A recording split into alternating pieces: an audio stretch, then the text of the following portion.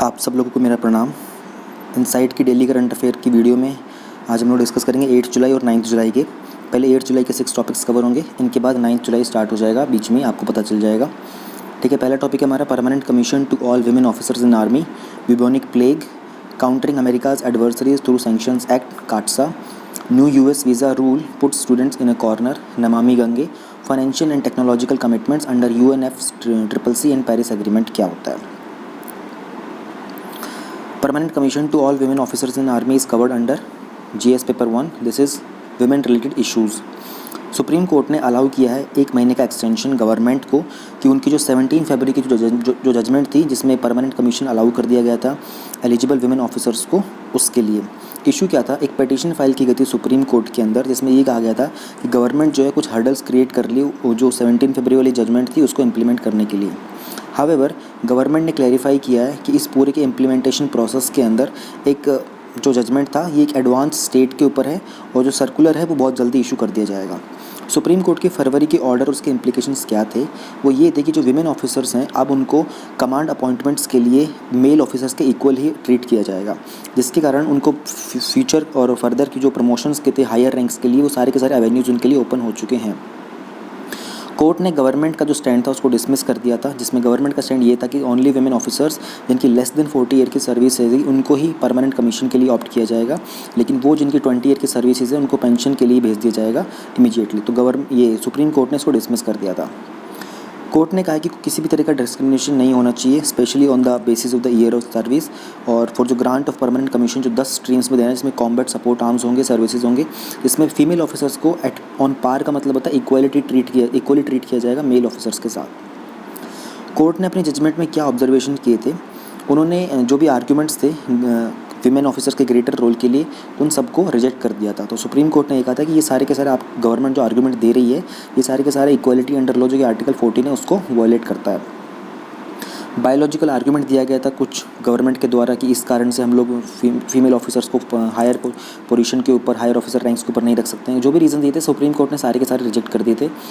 Court ने ये भी रिजेक्ट किया था कि गवर्नमेंट का कुछ आर्गूमेंट था, उन्होंने कहा था कि there are certain sex stereotypes that are presumed on assumptions, जो कुछ सोशली एस्क्राइब्ड रोल्स होते हैं जेंडर के जो कि डिस्क्रिमिनेट करते हैं विमेन को अगेंस्ट, ये आर्टिकल 16 के अंडर मेंशन था, ये सब भी सुप्रीम कोर्ट ने रिजेक्ट कर दिया था। It had also said that it only shows the need to emphasize the need for change in the mindset to bring about the true equality in the army। ये line ना पूरी की पूरी मैं कहूँगा कि इसको नोट डाउन कर लो, ये कोट करने वाली चीज़ है कि सुप्रीम कोर्ट ने क्या कहा था, किस तरीके से हम लोगों को माइंडसेट को चेंज करने की ज़रूरत है ताकि आर्मी के अंदर भी इक्वालिटी लाई जा सके। ये पूरी की पूरी लाइन आप नोट डाउन कर लो। आई थिंक ये आप किसी विमेन वाले टॉपिक में भी कुछ आएगा ना वहाँ पर भी यूज़ कर सकते हो। ये सुप्रीम कोर्ट ने आर्मी के अंदर जो विमेन ऑफिसर्स का अपॉइंटमेंट होता है उसके रिगार्डिंग इस तरह के स्टेटमेंट दी थी। तो it's a very good point. Arguments क्या थे गवर्नमेंट के अपना डिफेंस करने के लिए? देखो गवर्नमेंट ये बोल रही थी कि विमेन ऑफिसर्स को परमानेंट कमीशन नहीं दे सकते हैं, तो उन्होंने बहुत सारे आर्ग्यूमेंट्स दिए थे अपने, सुप्रीम कोर्ट ने सारे के सारे रिजेक्ट कर दिए थे। अब गवर्नमेंट ने क्या कहा था एक बार ये देख लेते हैं। गवर्नमेंट ने कुछ रीज़न दिया था, जैसे मदरहुड हो गया, चाइल्ड केयर हो गया, साइकोलॉजिकल लिमिटेशंस होती हैं, ये सारे के सारे विमेन ऑफिसर्स को जो आर्मी में अपॉइंट की जाती है उनके लिए कहीं ना कहीं एक हर्डल बन जाती है उनके करियर के अंदर। फिर फैमिली से सेपरेट होना पड़ता है, करियर प्रोस्पेक्ट्स देखने पड़ते हैं अपने हस्बैंड के और बच्चों की एजुकेशन देखनी पड़ती है, ठीक है। एक और प्रेगनेंसी के कारण उनकी कुछ 1 साल 2 साल किस लोगों की एब्सेंस भी होती है जॉब से अपनी। फिर मदरहुड अपने आप में एक बहुत बड़ा चैलेंज होता है विमेंस के लिए, ठीक है। तो ये सारी की सारी चीज़ें हैं जो उनकी सर्विस के अंदर एक हर्डल क्रिएट करती हैं। उसके अलावा गवर्नमेंट ने ये भी कहा था कि फिजिकल लिमिटेशंस होती हैं, जो सोल्जर्स होते हैं वो डिफरेंट टेरेंस के अंदर ट्रेन करते हैं, ठीक है। आइसोलेटेड पोस्ट होती है, यहाँ पर कोई होता, कभी कभी ऐसा होता है कि कुछ जगह पर 1 या 2 सोल्जर्स पोस्ट होते हैं, एडवर्स क्लाइमेट कंडीशंस होती हैं, ऑफिसर्स को फ्रंट से लीड करना पड़ता है, ठीक है। उनकी प्राइम फिजिकल कंडीशन होती है, उनको कॉम्बैट टास्क लेने पड़ते हैं। गवर्नमेंट ने ये कहा था कि विमेन जो है इन सब चीज़ों के लिए फिट नहीं है। कुछ बिहेवियरल और साइकोलॉजिकल चेंजेस के भी रीजंस दिए थे गवर्नमेंट ने। उन्होंने कहा था कि आर्मी जो यूनिट्स होती है ना वो एक यूनिक ऑल मेल एनवायरनमेंट होता है, तो विमेन ऑफिसर्स की वहाँ पर प्रेजेंट होने में क्या होता है कि एक मॉडरेट बिहेवियर बन जाता है वहाँ पर। और जो मेल ट्रूप जो होते हैं ना वो जनरली क्या होता है गाँव के दूर दराज के इलाकों से आते हैं जहाँ पर बहुत कंजर्वेटिव माइंडसेट होता है, तो ऐसे लोग वहाँ पर फीमेल को एक हायर पोजीशन के अंदर ईजिली एक्सेप्ट नहीं कर पाते हैं। प्रीलिम्स के क्वेश्चन देख लेते हैं। SSC मतलब शॉर्ट सर्विस कमीशन क्या होता है, परमानेंट कमीशन क्या होता है, आर्टिकल 46 तो ऊपर हो भी गया है। Overview of the supreme court judgment में आर्टिकल 14-16 आपको दोबारा भी एक बार दिखा दूंगा जो बेसिक्स है इसका। सुप्रीम कोर्ट का जजमेंट का ओवरव्यू तो हम लोगों ने कर ही लिया है। WSES के बारे में मैं एक बार आपको नीचे से बता देता हूँ। देखो 1992 के अंदर ना सेंटर ने नोटिफाई किया था कि जो भी एलिजिबल वीमेन ऑफिसर्स हैं ना उनको हम अपॉइंट करेंगे 5 ईयर्स के लिए आर्मी की पोस्टल सर्विस में, जज एडवोकेट जनरल डिपार्टमेंट में, आर्मी एजुकेशन में, सिग्नल कॉर्प्स में, इंटेलिजेंट में, इंजीनियर में, इलेक्ट्रिकल में, एट्सेट्रा में। ठीक है, तो इन सबको ही विमेन की स्पेशल एंट्री स्कीम के अंडर सेटअप किया गया था। इस सबको बोलते हैं WSES। ठीक है, 1996 के अंदर मिनिस्ट्री ऑफ डिफेंस ने डिलीट कर दिया था ये 5 ईयर का क्लॉज एनरोलमेंट के लिए। 2005 के अंदर इनिशियल प्रोसेस किया था कि वुमेन्स को WSES के अंदर रिप्लेस करके शॉर्ट सर्विस कमीशन के लिए करो, जो कि पीरियड होगा 14 ईयर्स का। एक्चुअल में जो शॉर्ट सर्विस कमीशन होता है ना 10 ईयर्स का होता है। ठीक है, लेकिन इसको एक्सटेंड करके इसमें 4 ईयर का एक्सटेंशन मिलता है और इसके अलावा चॉइस भी होती है अगर आपको फर्दर एक्सटेंड करना है तो परमानेंट कमीशन के लिए। तो ये स्कीम आई थी आर्मी के अंदर 2008 में। 2003 और 2006 के अंदर रिट पिटिशंस फाइल किए गए थे दिल्ली के हाई कोर्ट के अंदर। बबीता पुनियाल और कुछ और ऐसे शॉर्ट सर्विस कमीशन के विमेन आर्मी ऑफिसर्स थे, उनको परमानेंट कमीशन की रिक्वायरमेंट थी और इक्वल अपॉर्चुनिटी के लिए आर्मी के अंदर। मार्च 2010 में दिल्ली के हाई कोर्ट ने कुछ women short service commission officers को, जिन्होंने ऑप्ट करना था परमानेंट कमीशन के लिए लेकिन उनको वो स्टेटस एंटाइटल नहीं किया जा रहा था, स्पेशली मेल ऑफिसर्स के इक्वल, उन सब लोगों को कुछ कॉन्सिक्वेंशियल बेनिफिट्स प्रोवाइड करने की बात की थी और कुछ कंटेम्प्ट थे प्रोसीडिंग्स के। ठीक है, जिनको इनिशिएट किया गया था विमेन ऑफिसर्स के द्वारा और उसके बाद 2011 के अंदर ये जो केस था इसको अपील के लिए सुप्रीम कोर्ट में भेज दिया गया था। तो मुझे आपको एक बार ये दिखाना था permanent commission, short service commission, article 14 और 16, इनके बारे में आपको दिखा देता हूँ मैं। जो परमानेंट कमीशन ऑफिसर्स होते हैं वो अपने रिटायरमेंट तक सर्व करते हैं। ठीक है, जो शॉर्ट सर्विस कमीशन ऑफिसर होते हैं उनको 10 ईयर्स का टेन्योर मिलता है, लेकिन उसके बाद 14 ईयर्स तक वो अपना एक्सटेंशन कर सकते हैं। अकेडमीज़ की बात करते हैं तो जो फुल टाइम जो परमानेंट कमीशन वाले होते हैं वो जाते हैं NDA और उसके बाद IMA, इंडियन मिलिट्री अकेडमी, लेकिन जो शॉर्ट सर्विस वाले होते हैं वो जाते हैं ऑफिसर ट्रेनिंग अकेडमी चेन्नई के लिए। सिलेक्शन प्रोसेस वही होता है, एग्जाम देना पड़ता है, उसके बाद SSB का इंटरव्यू होता है आप लोगों का। ये बेसिक डिफरेंस होता है इनके अंदर। आर्टिकल 14 एंड 16 की अगर हम बात करते हैं तो article 16 of the Indian constitution guarantees equal opportunity to all the citizens, ठीक है, in matters related to employment in the public sector. और आर्टिकल 16 का क्लोज 1 बोलता है states that there should be equal opportunity for all the citizens in the matter of employment और appointment to any office under the state. Article 14 says equality before the law, or the Constitution of India provides for equality before the law or equal protection of the laws within the territory of India. The state shall not deny any person equality before the law or the equal protection of the laws within the territory of India. Now we have bubonic plague. This is covered under issues related to health in GS paper 2. बयानूर एक city है northern China के अंदर, वहाँ पर एक high alert जारी कर दिया गया है। इस पर एक सस्पेक्शन है कि वहाँ पर बिबोनिक प्लेग जो है वो रिपोर्ट की गई थी रिसेंटली। जो इनर मंगोलिया का ऑटोनोमस रीजन है वहाँ की अथॉरिटीज़ ने अनाउंस किया है कि लेवल 3 की वार्निंग दे दी गई है उनको प्रिवेंशन और कंट्रोल के लिए।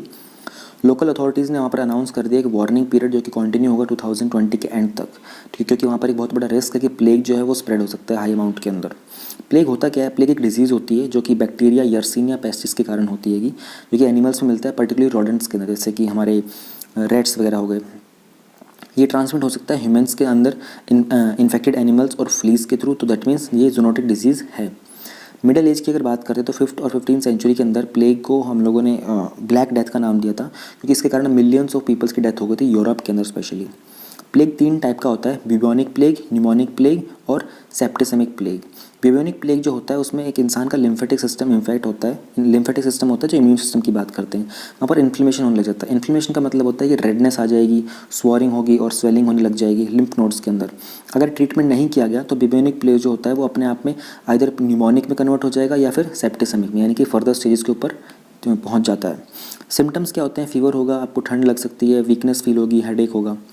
न्यूमोनिक प्लेग जब कन्वर्ट हो जाता है तो वो क्या होता है? WHO के मुताबिक न्यूमोनिक प्लेग जो होता है वो most violent form of plague होता है और ये फेटल भी हो सकता है, यानी कि डेथ कॉजिंग भी 24 से 72 आवर्स के अंदर अंदर। ये तब होता है जब बैक्टीरिया जो होता है वो लंग्स को इन्फेक्ट करता है, और ये अपने आप में एकमात्र वो टाइप का प्लेग है जो कि ट्रांसफ़र हो सकता है ह्यूमन से ह्यूमन के अंदर, न्यूमोनिक प्लेग। तो ये एक पॉइंट आपको पता है ना, ये एक्सेप्शनल पॉइंट है।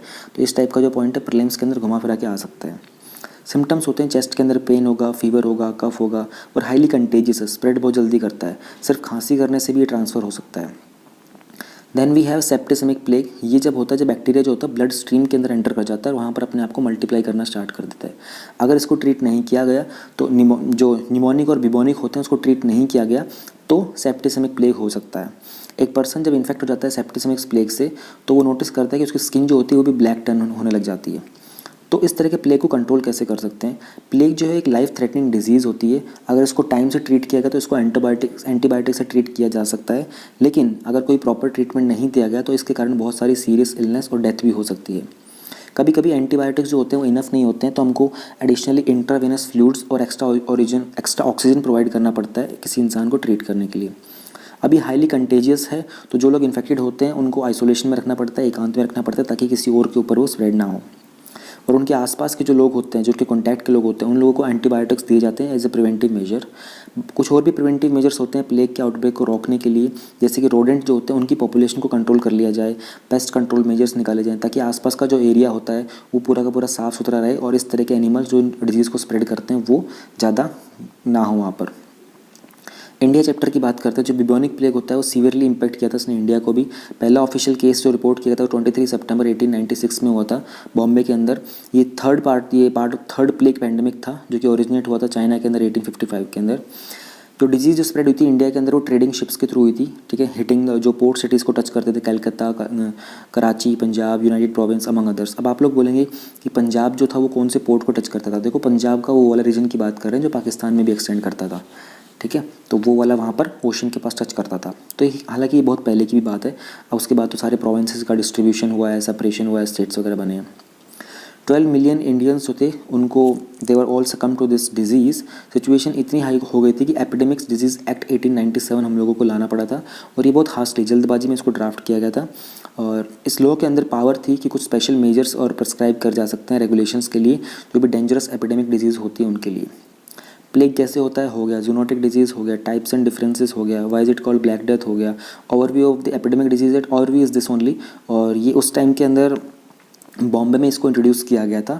एंड उस टाइम इवन अभी 2020 के अंदर भी, मई के अंदर भी बहुत सारे स्टेट्स को इंस्ट्रक्शन मिली थी कि आप एपिडेमिक डिजीज़ एक्ट ऑफ 1997 को दोबारा से रिवॉक यूज़ करो, ताकि जो हेल्थ मिनिस्ट्री है उसके पास पावर है कि वो भी जो भी अपनी इंस्ट्रक्शन देना चाहती है किसी भी एपिडेमिक को कंट्रोल करने के लिए, वो ईजिली दे सकती है। Now we have CAATSA Act, Countering America's Adversaries Through Sanctions Act, CAATSA. This is covered under GS paper 2, और ये कवर होता है हमारा effect of policies and politics of the developed and developing countries on India's interest, Indian diaspora. एक बार मैं आपको ऊपर से बता देता हूँ। देखो, US ने क्या किया हुआ है ना कि कुछ कंट्रीज़ के लिए स्पेशली वो, अगर आप कोई भी country, Iran, north Korea, Russia के साथ अगर अपनी कोई डिफेंस की डील साइन करती है, फिर एनर्जी सेक्टर से रिलेटेड, तो US क्या करता है, उसके ऊपर सेकेंडरी सैंक्शंस लगा देता है। स्पेशली वो लोग जो इस डील से कनेक्टेड होते हैं उन लोगों के लिए, उसी को उन्होंने CAATSA एक्ट का नाम दे रखा है। तो इंडिया ने उनसे रिक्वेस्ट की थी कि आप हम लोगों को रशिया से S-400 मिसाइल खरीदनी है, तो इंडिया ने इग्नोर किया था CAATSA एक्ट को। तो US ने कुछ हम लोगों को हल्की बहुत रेस्ट्रिक्शंस दे दी थी उसके अंदर, लेकिन वो परमानेंटली बात नहीं हो पाई थी। अभी दोबारा से वही बात हुई, तो US ने ये कहा है कि हम लोग अपने इस बात को बिल्कुल भी इधर उधर नहीं करेंगे, हम लोग अपने CAATSA एक्ट के ऊपर टिके रहना चाहते हैं। CAATSA एक्ट है क्या? ये इनेक्ट किया गया था 2017 के अंदर US के फेडरल लॉ ने, कि जो भी इम्पोज करता था सैंक्शन ईरान, नॉर्थ कोरिया और रशिया के ऊपर, इसके अंदर सैंक्शन उन कंट्रीज़ के ऊपर भी होगा जो इनके साथ ट्रांजैक्शन करेंगे डिफेंस को लेकर या फिर इंटेलिजेंस सेक्टर को रिलेटेड। इस एक्ट के तहत US के प्रेसिडेंट के पास पावर होती है कि वो इम्पोज कर सकते हैं at least 5 of the 12 listed sanctions on person जो भी एंगेज होते हैं किसी भी टाइप के सिग्निफिकेंट ट्रांजैक्शन के अंदर रशियन डिफेंस के साथ और इंटेलिजेंस सेक्टर्स के साथ। सैंक्शंस में क्या इम्पोज किया जाता है? लोन्स वगैरह के ऊपर प्रोहिबिशन हो जाता है, एक्सपोर्ट इंपोर्ट, बैंक असिस्टेंस के ऊपर लग जाता है सैंक्शंस, ठीक है। कोई भी प्रोक्योरमेंट होता है आपका यूनाइटेड स्टेट्स गवर्नमेंट के साथ, कोई भी आपको गुड्स वगैरह प्रोक्योर करने होते हैं, उन सब के ऊपर सैंक्शन लग जाता है। आपके आसपास जो कनेक्टेड लोग होते हैं उनको वीज़ा वगैरह का डिनायल हो जाता है। इंडिया के ऊपर क्या इंप्लीकेशंस है? ऑल्दो जो सैंक्शंस हैं वो डायरेक्टली इंपोज नहीं होते इंडिया के ऊपर, लेकिन इंडिया को अफेक्ट तो करता ही है। कुछ रीज़न ये है कि जिसकी जो नेचर जो है रिलेशनशिप की इंडिया के साथ, जो इंडिया की ईरान के साथ, इंडिया की रशिया के साथ, वो कुछ ऐसे रिलेशंस हैं जिसके कारण US को सोचना पड़ रहा है इसके ऊपर। इंडिया जो है उसका बहुत स्ट्रॉन्ग ट्रेड टाइज़ हैं हर एक नेशन के साथ, ईरान के साथ भी है, ऊपर रशिया के साथ भी है, एंड US के साथ भी है। तो अगर हम देखो, पहली बात तो इंडिया को रशिया से लेना था S-400, ठीक है। अब S-400 क्या है? ये एंटी मिसाइल डिफेंस सिस्टम है। तो यानी कि कोई भी मिसाइल अगर आ रही होती है तो उसको पूरे को डिटेक्ट करके ये उसके ऊपर अटैक कर सकता है। अब चाइना ने ऑलरेडी ये खरीद रखा है रशिया से, तो इंडिया ने एक $5 बिलियन के आसपास की डील की हुई है रशिया के साथ। तो हमारा भी टारगेट है कि 2021 के एंड तक हमारे पास ये सारे के सारे आ जाएंगे। लेकिन हम लोग इसको काटसा को इग्नोर करके अगर ये ट्रेड कर रहे हैं तो ऑब्वियसली बात है यूएस को थोड़ा सा प्रॉब्लम होगा, क्योंकि यूएस की और रशिया की तो बनती नहीं है ना आपस में, इसलिए यूएस थोड़ा सा ऑब्लिगेशंस लगा रहा है इसके ऊपर। लेकिन इंडिया को रिक्वायरमेंट बहुत जल्दी है, स्पेशली चाइना को ध्यान में रखते हुए। चाइना जिस तरीके से एग्रेशन शो कर रहा है हमारे बॉर्डर्स के ऊपर, अरुणाचल रीजन के अंदर, फिर भी भूटान के साथ भी कुछ कर रहा है, कुछ नेपाल के साथ भी हुआ है, एंड लद्दाख में भी आपको पता है गलवान वैली वाला सीन जो हुआ था, पहले डोकला में भी हो चुका। तो इंडिया को ज़रूरत है कि इस तरह के वो मेजर्स ले। इंडिया की नॉर्थ और ईस्ट के अंदर एयरफोर्स जो है काफ़ी वीक है, वहीं पर रशिया ने अपनी चाइना ने अपनी प्रेजेंस बहुत अच्छे से बना रखी है वहाँ पर। तो इंडिया को बहुत इंपॉर्टेंट है, इंडिया को और थोड़ा सा डिप्लोमेटिकली इस चीज़ को हैंडल करना पड़ेगा। कार्ड से सारे के सारे ऑप्शंस इसके अंदर ऑलरेडी हो चुके हैं। ओवरव्यू ऑफ ईरान डील में आपको थोड़ा सा एक बार आइडिया दे देता हूँ क्या होता है। देखो ईरान जो है ना बहुत सारे न्यूक्लियर फैसिलिटीज़ वगैरह डेवलप करा था, न्यूक्लियर टेक्नोलॉजी को। तो यूएन ने ना उसके ऊपर बहुत सारे सैंक्शंस लगा रहे थे। अब सैंक्शंस लगाने के कारण क्या हुआ कि ईरान की पूरी इकॉनमी जो थी ना वो स्लम्प कर गई, डाउन आ गई। तो कुछ कंट्रीज़ ने मिलकर स्पेशली P5+1, ठीक है, P5 मतलब जो यूएनएससी की जो सिक्योरिटी काउंसिल की 5 परमानेंट कंट्रीज़ उन्होंने, प्लस जर्मनी में और यूरोपियन कंट्रीज़ के भी की तरफ से कुछ, उन्होंने क्या किया, एक जॉइंट एग्रीमेंट साइन किया JCPOA। उसमें ये था कि जो ईरान है वो अपनी पूरी की पूरी ईरान जो न्यूक्लियर फैसिलिटीज़ हैं, सारी की सारी न्यूक्लियर टेक्नोलॉजी उसको ख़त्म कर देगा, स्पेशली 15 साल के लिए कुछ भी नहीं करेगा। तो हम लोग क्या करेंगे, आपके सारे सैंक्शंस हटा देंगे। तो ये चल रहा था, लेकिन ईरान ने ऐसा कुछ किया नहीं। हालांकि यूएस ने इस बात को अपोज, अब ये बात हो रही थी बराक ओबामा के टाइम पर। तो यूएस में जब डोनाल्ड ट्रंप आए तो उन्होंने कहा कि भैया ये तो बिल्कुल नहीं हो पाएगा, आप लोग 15 साल की बात कर रहे हो, और 15 साल के बाद तो ये लोग फिर से डेवलप कर लेंगे, तब तक इनकी इकॉनमी भी ठीक हो जाएगी, फिर ये काबू में भी नहीं आएंगे हमारे। इसराइल ने इस बात को बहुत अपोज किया था, तो क्योंकि इसराइल को दिक्कत थी ईरान के साथ, तो उन्होंने इस बात को एक्सपोज भी किया था। तो इसी सब कारण तो यूएस ने विड्रॉ कर लिया था ईरान न्यूक्लियर डील के साथ कि ठीक है यार, आप लोग 15 साल की बात कर रहे हो, हम तो इनको नहीं करेंगे, हम तो इनको सैंक्शन लगाते रहेंगे न्यूक्लियर डील को लेकर। New visa rule puts student in a corner. This is covered under effect of policies and politics of the developed and developing countries of India's interest Indian diaspora. US immigration and customs enforcement ने एक new directive issue किया है, जिसमें international students को जो अपनी higher education continue करना चाहते हैं कंट्री में, अगर वो एक स्पेसिफिक कोटा को सेटिस्फाई नहीं करते हैं तो उन लोगों को अपने अपनी कंट्री लौटना पड़ेगा। Who will be affected? Students वो जो पार्टिसिपेट कर रहे हैं यूनिवर्सिटी के प्रोग्राम्स के अंदर, जो रिलाई करते हैं एंटायरली ऑनलाइन कोर्सेज के ऊपर, अब उनको डिपोर्ट होना पड़ेगा। सिंपल सी भाषा में आपको समझा देता हूँ मैं, इतना टेक्निकल मत जाओ, इसमें ये वाला पार्ट आएगा भी नहीं क्या हो रहा है। देखो वो कहना चाह रही है कि वो उन यूनिवर्सिटीज़ ने जिन्होंने पेंडेमिक के टाइम पर पूरा का पूरा ऑनलाइन कोर्सेज़ को अडॉप्ट कर लिया, या फिर वो लोग जो ऑनलाइन कोर्सेज़ को ही अडॉप्ट कर रहे थे पहले और लेकिन वहाँ रह रहे थे, उन सबको अपने अपने वीज़ाज़ के अगेंस्ट जाकर वापस अपनी अपनी कंट्रीज रिपोर्ट करना पड़ेगा। या फिर उनके पास दूसरा ऑप्शन ये होता है कि वो लोग क्या कहते हैं, ऐसे किसी कोर्स में एनरोल करें जहाँ पर इन पर्सन उनको क्लासेस अटेंड करनी पड़ती होगी। तो इसमें किस किस को ये अफेक्ट करेगा, ये F1 वीज़ा को और M1 वीज़ा होल्डर्स को। F1 वाले वो होते हैं जो परस्यू करते हैं अंडर ग्रेजुएशन, पोस्ट ग्रेजुएशन और डॉक्टरल स्टडीज़ किसी भी टर्शरी एजुकेशन इंस्टीट्यूशंस के अंदर। M1 वो होते हैं जो कि वोकेशनल कोर्सेज़ के अंदर एनरोल्ड होते हैं। ओवरऑल इम्पैक्ट क्या होगा, इससे बेटर ये जानना हमारे लिए कि इंडिया के लिए कैसे अफेक्ट करेगा। इंटरनेशनल स्टूडेंट्स जो होते हैं रिपोर्टेडली 5.5% होते हैं यूएस के अंदर हाईएस्ट एजुकेशन पॉल्यूशन में, जो कि नंबर है सिर्फ 1.1 मिलियन के आसपास है। इंडियन स्टूडेंट्स जो हैं वो सेकंड टू चाइनीज़ हैं, जो कि 18% होते हैं फॉरेन स्टूडेंट्स में यूएस के अंदर। ये 2017-18 का ICE का डेटा है। ये अनाउंसमेंट तब आई, इससे पहले रिसेंटली जो डोनाल्ड ट्रंप प्रेसिडेंट हैं उन्होंने सस्पेंड कर दिए थे H1B के highly skilled worker visas at the end of the year. Mostly जो वीज़ाज़ थे वो इंडियन सिटीजन्स के थे इसके अंदर। प्रीलिम्स के कुछ क्वेश्चंस हैं, उसमें difference between H1B, F1, M1 ये वैसे मैं आपको बता चुका हूँ। H1B आप लोगों को पता होगा वर्किंग क्लास के लिए होता था, ये पहले भी डिस्कस कर चुके हैं और ये काफ़ी न्यूज़ में आ भी चुका है। NRI और OCI कार्ड होल्डर के बारे में आपको डिफरेंस में बता देता हूँ। OCI और PIO मर्ज कब होता है ये इसी के अंदर कवर हो जाएगा। सिटीजनशिप अमेंडमेंट 2019 का ग्रांट सिटीजनशिप टू, ये तो बेसिक सी चीज़ है। CAA एक्ट के बारे में, कॉन्स्टिट्यूशनल प्रोविजंस क्या है सिटीजनशिप को लेकर, ये मैं आपको बता दूँगा। पहले हम लोग देख लेते हैं PIO और OCI होते क्या हैं। तो देखो हमारे पास ओवर 30 मिलियन ओवरसीज़ इंडियंस होते हैं जो अब्रॉड रह रहे होते हैं, और जो रेमिटेंस होता है हमारा $69 बिलियन के आसपास होता है। रेमिटेंस क्या होता है कि वो लोग जो इंडिया से बाहर रह रहे हैं, बाहर अर्न कर रहे हैं और उस पैसे को वो इंडिया में भेजते हैं अपनी फैमिली के पास या फिर अपने पर्सनल एक्सपेंसेस के लिए, उसको रेमिटेंस अमाउंट बोलते हैं। तो 30 मिलियन लोग हमको कुछ $69 बिलियन के आसपास एनुअली रेमिटेंस देते हैं। इनको कैटेगराइज किया गया है 3 ब्रॉड कैटेगरी में, NRI, PIO और OCI। एक नॉन रेजिडेंट इंडियन एक सिटीजन होता है जो टेम्परेरी एमिग्रेट करता है किसी दूसरी कंट्री में 6 मंथ्स के लिए, उसको बोलते हैं हम NRI। पीआई और ओसीआई कार्ड होल्डर जो होते हैं वो सिटीजन्स नहीं होते, लेकिन वो लोग होते हैं जो कनेक्टेड रहना चाहते हैं और इन्वॉल्व रहना चाहते हैं इंडिया के साथ मोर क्लोजली। पीआईओ कार्ड जो था पहली बार इम्प्लीमेंट किया गया था 2002 के अंदर। एक बेनिफिट था फॉरेन नेशनल्स के लिए, तो कि एस्टेब्लिश कर सकते थे अपना at least third generation tie Indian origin के साथ। ओसीआई कार्ड को इम्प्लीमेंट किया गया था 2005 में, उसके 3 साल बाद। इसके कुछ ज़्यादा बेनिफिट्स थे पीआईओ के साथ, और ये वैलिड था एक होल्डर के लाइफ टाइम के लिए। 2015 के अंदर जो पीआईओ स्कीम थी उसको विड्रॉ कर लिया गया था 2002 वाली को, और उसको गवर्नमेंट ऑफ इंडिया ने मर्ज कर दिया था ओसीआई के साथ में। बेनिफिट्स क्या होते हैं पीआईओ के, और ये सब तो हमने पूछा भी नहीं था, चलो कोई बात नहीं, हम लोग देख लेते हैं। सिटीजनशिप ऑफ इंडिया के बारे में बात करना था। सिटीजनशिप होती है, रिलेशनशिप होती है एक इंडिविजुअल की और एक स्टेट के बीच में। किसी भी दूसरे मॉडर्न स्टेट की तरह दो टाइप के सिटीजन्स होते हैं, सिटीजन्स और दो टाइप के पीपल होते हैं, सिटीजन्स नागरिक और एलियंस, यानी कि फॉरेनर जो होते हैं। सिटीजन्स जो होते हैं फुल मेंबर्स होते हैं इंडियन स्टेट के, और उनकी अपनी एक एलिजेंस होती है कंट्री के प्रति, उनको सारे के सारे सिविल और पॉलिटिकल राइट्स मिलते हैं। सिटीजनशिप एक आइडिया ऑफ एक्सक्लूजन है, और इसमें नॉन सिटीजन्स भी एक्सक्लूड हो जाते हैं, ठीक है। तो यानी कि बेसिकली कैटेगराइज करने की बात है, जो सिटीजन हैं उनको कुछ राइट्स मिल जाएंगे, जो नहीं है उनको एक्सक्लूड कर दिया जाएगा। तो दो वेल नोन प्रिंसिपल होते हैं सिटीजनशिप को ग्रांट करने के, ठीक है।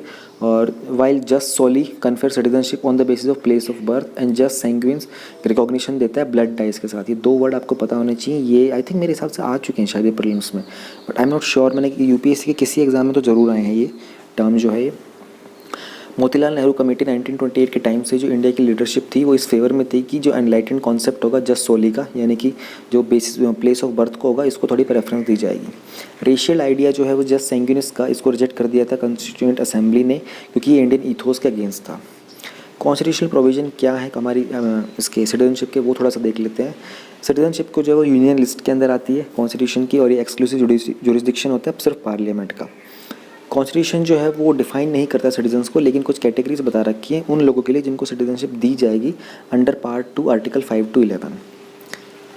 Unlike other provisions of the constitution जो कि जनवरी 26, 1950 को आए थे, कुछ आर्टिकल्स थे उनको इन्फोर्स कर दिया गया था उससे पहले ही सिटीजनशिप के 26 नवंबर 1949 को, जब हमारा कॉन्स्टिट्यूशन अडॉप्ट किया गया था। 26 जनवरी 1950 को इन्फोर्स किया गया था। आर्टिकल 5 जो है वो सिटीजनशिप प्रोवाइड करता है कमेंसमेंट ऑफ द कॉन्स्टिट्यूशन के साथ। अभी आर्टिकल ये बहुत सारे हो गए हैं, तो आई थिंक हम लोग इसको स्किप कर सकते हैं, लेकिन थोड़ा सा एक्ट्स और अमेंडमेंट्स मैं आपको दिखा सकता हूँ, ठीक है। एक चीज़ जो बहुत मेजर थी इसके अंदर कि इसमें अभी तक 4 मेजर अमेंडमेंट्स किए गए हैं 1986 में, 2003 में, 2005 में, 2015 के अंदर। Namami Gange, this is covered under conservation related issues. It's a very important topic, ठीक है। वर्ल्ड बैंक ने अभी गवर्नमेंट ऑफ इंडिया को एक लोन एग्रीमेंट साइन कर दिया है, जिसमें नमामि गंगे प्रोग्राम के अंदर कुछ सपोर्ट मिलेगा पूरी की पूरी गंगा रिवर को रिजुवनेट करने का। अच्छा, पता है मेरा एक ना पर्सनल ओपिनियन है, मैं यहाँ पे आप लोगों के साथ जस्ट शेयर करना चाहता हूँ कि आप लोग भी इस थॉट को ना दिमाग में रख के कैरी करना, क्या पता कभी इंटरव्यू में आपको बात करनी पड़ जाए। अभी जो लॉकडाउन पीरियड हुआ था ना, लॉकडाउन पीरियड के अंदर पूरी की पूरी गंगा क्लीन हो गई थी, ठीक है। डॉल्फिन्स तक वहाँ पे देखने को मिली थी, लगभग सारी मेजर रिवर, इवन यमुना बहुत क्लीन हो गई थी हमारी, ठीक है, क्योंकि इंडस्ट्रीज बंद हो गई थी। तो मेरे को समझ में नहीं आ रहा कि हम लोग जब 1 महीने के लॉकडाउन से पूरी की पूरी हम गंगा को साफ़ कर चुके थे, तो ऑब्वियसली कुछ रीजंस रहा होगा तभी गवर्नमेंट ने लोन लिया, लेकिन इतने सालों से हमारे लाखों करोड़ों रुपए का लोन ले रहे हैं, सारे के सारे गवर्नमेंट लगी हुई है, दुनिया भर की चीज़ें लगी हुई हैं। एक सिंपल सा लॉकडाउन हम लोगों ने किया, उसके अंदर फालतू की चीज़ें नहीं गिर रही थी, तो वो पूरी की पूरी नदी हमारी क्लीन हो गई थी। बट नाउ हमको एक 400 मिलियन का लोन लिया हम लोगों ने, आप समझ रहे हो, 400 मिलियन US डॉलर का लोन, और कि इससे पहले कितने लोन लिए जा चुके हैं और फ्यूचर में कितने लिए जाएंगे, एक बेसिक सी अंडरस्टैंडिंग समझ में नहीं आ रही है लोगों को। तो इस बारे में थोड़ा विचार कीजिएगा आप लोग भी, ठीक है, कि क्या कुछ रीजंस हो सकते हैं। शायद मैं कहीं पे कुछ मिस कर रहा हूँ इस पॉइंट को, लेकिन न्यूज़ में जितना कुछ दिखाई दे रहा था ना, जितना कुछ मैं पढ़ पा रहा हूँ, I have some known people from Uttarakhand, I have been to Rishikesh and all this places. पूरा गंगा का ट्रैक मैंने किया हुआ, कई बार किया हुआ है, मल्टीपल टाइम्स। तो उसी के अकॉर्डिंग मेरा एक एक्सपीरियंस रहा है। हरिद्वार में मैंने 3-4 दिन बिताए थे हम लोगों ने वहाँ पर रह करके, not for visiting any kind of thing, इस रिवर के रिगार्डिंग ही कुछ घूमने फिरने के लिए। तो पता नहीं, समझ में आ रहा है इतना पैसा जो लगाया जा रहा है गंगा का प्रोजेक्ट के अंदर, ये कहाँ जा रहा है पूरा का पूरा। ये बहुत बड़ा टॉपिक है, एक इशू बन सकता है, इसके ऊपर अपने आप में क्वेश्चन बन सकता है कि इतना पैसा लगा चुके गंगा रिवर के ऊपर, ये अभी भी पूरी तरीके से क्लीन क्यों नहीं हो पा रही है। तो थोड़ा सोचिएगा इसके बारे में। वर्ल्ड बैंक ने $400 मिलियन US डॉलर का सपोर्ट प्रोवाइड किया गंगा को रिजुवनेट करने के लिए। नमामि गंगे प्रोग्राम क्या है? एक अम्ब्रेला प्रोग्राम है जिसके अंदर बहुत सारी प्रीवियसली और करंटली ऑनगोइंग इनिशिएटिव्स हैं, वो उसकी एफिशिएंसी को इंक्रीज़ करते हैं। अम्ब्रेला प्रोग्राम का मतलब ही यही होता है, उसके अंदर जो बाकी के मिनी जो फ्रेमवर्क्स होते हैं ना, वो सारे भी इंक्लूड हो जाते हैं। तो इसको इम्प्लीमेंट करता है national mission for clean Ganga NMCG, और उसके स्टेट काउंटर पार्ट्स का मतलब जिस जिस स्टेट से वो गुजरती हैगी, और स्टेट मैनेजमेंट प्रोग्राम मैनेजमेंट के ग्रुप्स भी होते हैं। तो ये ध्यान रहे कि कौन कौन इंप्लीमेंट करता है इसको। 3 चीज़ें बता दी हैं। नेशनल गंगा काउंसिल NGC क्या होता है, ये क्रिएट किया गया था अक्टूबर 2016 के under river Ganga rejuvenation protection and management authorities order 2016 के अंदर। तो इस ऑर्डर के आने के बाद हमारा जो पहले था NGRBA ये डिसॉल्व हो गया था, ठीक है। इसको हेड करते हैं प्राइम मिनिस्टर। इसने रिप्लेस किया था national Ganga river basin authority को, ये जो मैंने बताई दिया आपको। NGC के बोर्ड के ऊपर कौन होता है, कॉम्पोरेशन पता होना चाहिए। चीफ मिनिस्टर होते हैं 5 गंगा बेसिन स्टेट्स के, उत्तराखंड, यूपी, बिहार, झारखंड, वेस्ट बंगाल, और इसके अलावा कुछ यूनियन मिनिस्टर्स होते हैं जो कि साल में एक बार मिलते ज़रूर हैं। मेन पिलर्स क्या है नमामि गंगे प्रोग्राम के, सीवरेज ट्रीटमेंट इंफ्रास्ट्रक्चर है हमारे पास, रिवर सरफेस क्लीनिंग है, afforestation, industrial effluent monitoring, river front development, biodiversity, public awareness और गंगा ग्राम। नमामि गंगे प्रोग्राम की ज़रूरत क्यों पड़ रही है? रिवर गंगा का बहुत सिग्निफिकेंट इकोनॉमिक, एनवायरमेंटल और कल्चरल वैल्यू है इंडियन कल्चर के अंदर। ये हिमालय से राइज करती है, बे ऑफ बंगाल तक जाती है, तो कुछ जो पूरा ट्रांसवर्स है इसका 2500 किलोमीटर के आसपास तक का है, नॉर्थ से लेकर ईस्टर्न इंडिया तक। गंगा बेसिन जो है वो एक्सटेंड होता है नेपाल, चाइना, बांग्लादेश के अंदर, और कुछ 26% जो है इसका इंडियन लैंड मास के अंदर आता है। गंगा जो है इंडिया की एक होलीस्ट रिवर में काउंट होती है, इसका स्पिरिचुअल और रिलीजियस सिग्निफिकेंस बहुत ज़्यादा है। अगर हमको उसको क्लीन करना होगा तो इसके कारण हमारे 40% जो पॉपुलेशन है ना कंट्री की, उसको बहुत फेवर होगा, बहुत ज़्यादा हेल्प मिलेगी। What are the pollution threats to Ganga? Rapidly increasing population, rising standards and exponential growth of industrialization. तो इंडस्ट्रियलाइजेशन, अर्बनाइजेशन, एक्सपोनेंशियल ग्रोथ, इन सब के कारण ही जो है पॉल्यूशन वहाँ पर हो रहा है और डिग्रेडेशन होती जा रही है वाटर की। वाटर क्वालिटी जो गंगा की इम्पैक्ट करती है वहाँ के जो लोकल्स हैं, तो सराउंडिंग्स आसपास जो कोस्टल एरिया में रहने वाले होते हैं। And then Ganga has become unfit even for the bathing during the lean seasons. So this is very basic. If any one of you have ever visited the place, you must be very clear कि Rishikesh start होने के कुछ 4 kilometre पीछे के आसपास तक ही गंगा का पानी साफ़ रहता है, उसके बाद गंगा का पानी वहाँ से गंदा होना स्टार्ट हो जाता है। Haridwar is not at all a place to take a bath. Rishikesh is definitely a place, लेकिन ऋषिकेश के सिर्फ 4 किलोमीटर पीछे तक ही, उसके बाद even Rishikesh is not clean enough. Challenges क्या क्या है? Sewage treatment, restoring the flow, sludge control, cost overruns, governance glitches. देखो चैलेंजेस अहेड, अगर ये 150 वर्ड का क्वेश्चन बनता है आपके पास, ठीक है, नमामि गंगे प्रोग्राम का, तो 5 के नाम लिख देना, I think will be more than enough, क्योंकि आप क्वेश्चन में बाकी पार्ट भी डिस्कस करोगे। लेकिन यही चीज़ अगर आपकी 250 वर्ड्स में आ जाती है ना, तो मुझे लगता है कि आपके 5 पॉइंट्स को एक एक चीज़ आपको एग्जाम्पल के साथ एक्सप्लेन करनी पड़ सकती है। Talking about the prelims questions, composition of NGC देख लिया है, NGRBA करने की जरूरत नहीं क्योंकि एनीवे डिसॉल्व हो चुका है। NMCG में आपको बता देता हूँ, कंपोनेंट्स हम लोग देख चुके हैं, वर्ल्ड बैंक ग्रुप के बारे में मैं आपको बता देता हूँ।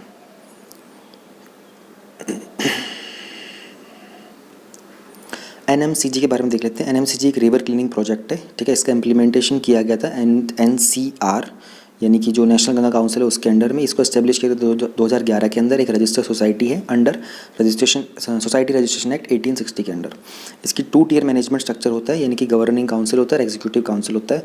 दोनों को हेड करते हैं डायरेक्टर जनरल NMCG के। एग्जीक्यूटिव काउंसिल के पास पावर होती है कि वो 1000 करोड़ तक के प्रोजेक्ट्स को अप्रूव कर सकता है। और इसी के सिमिलर जो होता है वो स्टेट प्रोग्राम मैनेजमेंट ग्रुप्स होते हैं। इस स्ट्रक्चर के अंदर अटेम्प्ट करते हैं कि जितने भी स्टेक होल्डर्स होते हैं, यानी कि जो भी हिस्सेदार होते हैं सब क्लीनिंग और रिजुविनेशन के लिए, उन सबको मिलाकर एक होलिस्टिक अप्रोच को इम्प्लीमेंट किया जाए। NMCG के पास एक स्टेटस है अथॉरिटी का। उसका की फोकस होता है मेंटेन करना रिक्वायर्ड जो भी इकोलॉजिकल फ्लो होता है गंगा का, और उसके पॉल्यूशन वगैरह को प्लानिंग के थ्रू, फाइनेंसिंग के थ्रू और जितने भी प्रोग्राम्स होते हैं उन सब के थ्रू रिड्यूस करना। अक्टूबर 2016 के अंदर नेशनल गंगा काउंसिल ने रिप्लेस कर दिया था national Ganga river basin authority को, which was constituted under the provisions of EPA environment protection act 1986। Talking about the world bank group, world bank था, वर्ल्ड बैंक ग्रुप था, अच्छा वर्ल्ड बैंक ग्रुप है।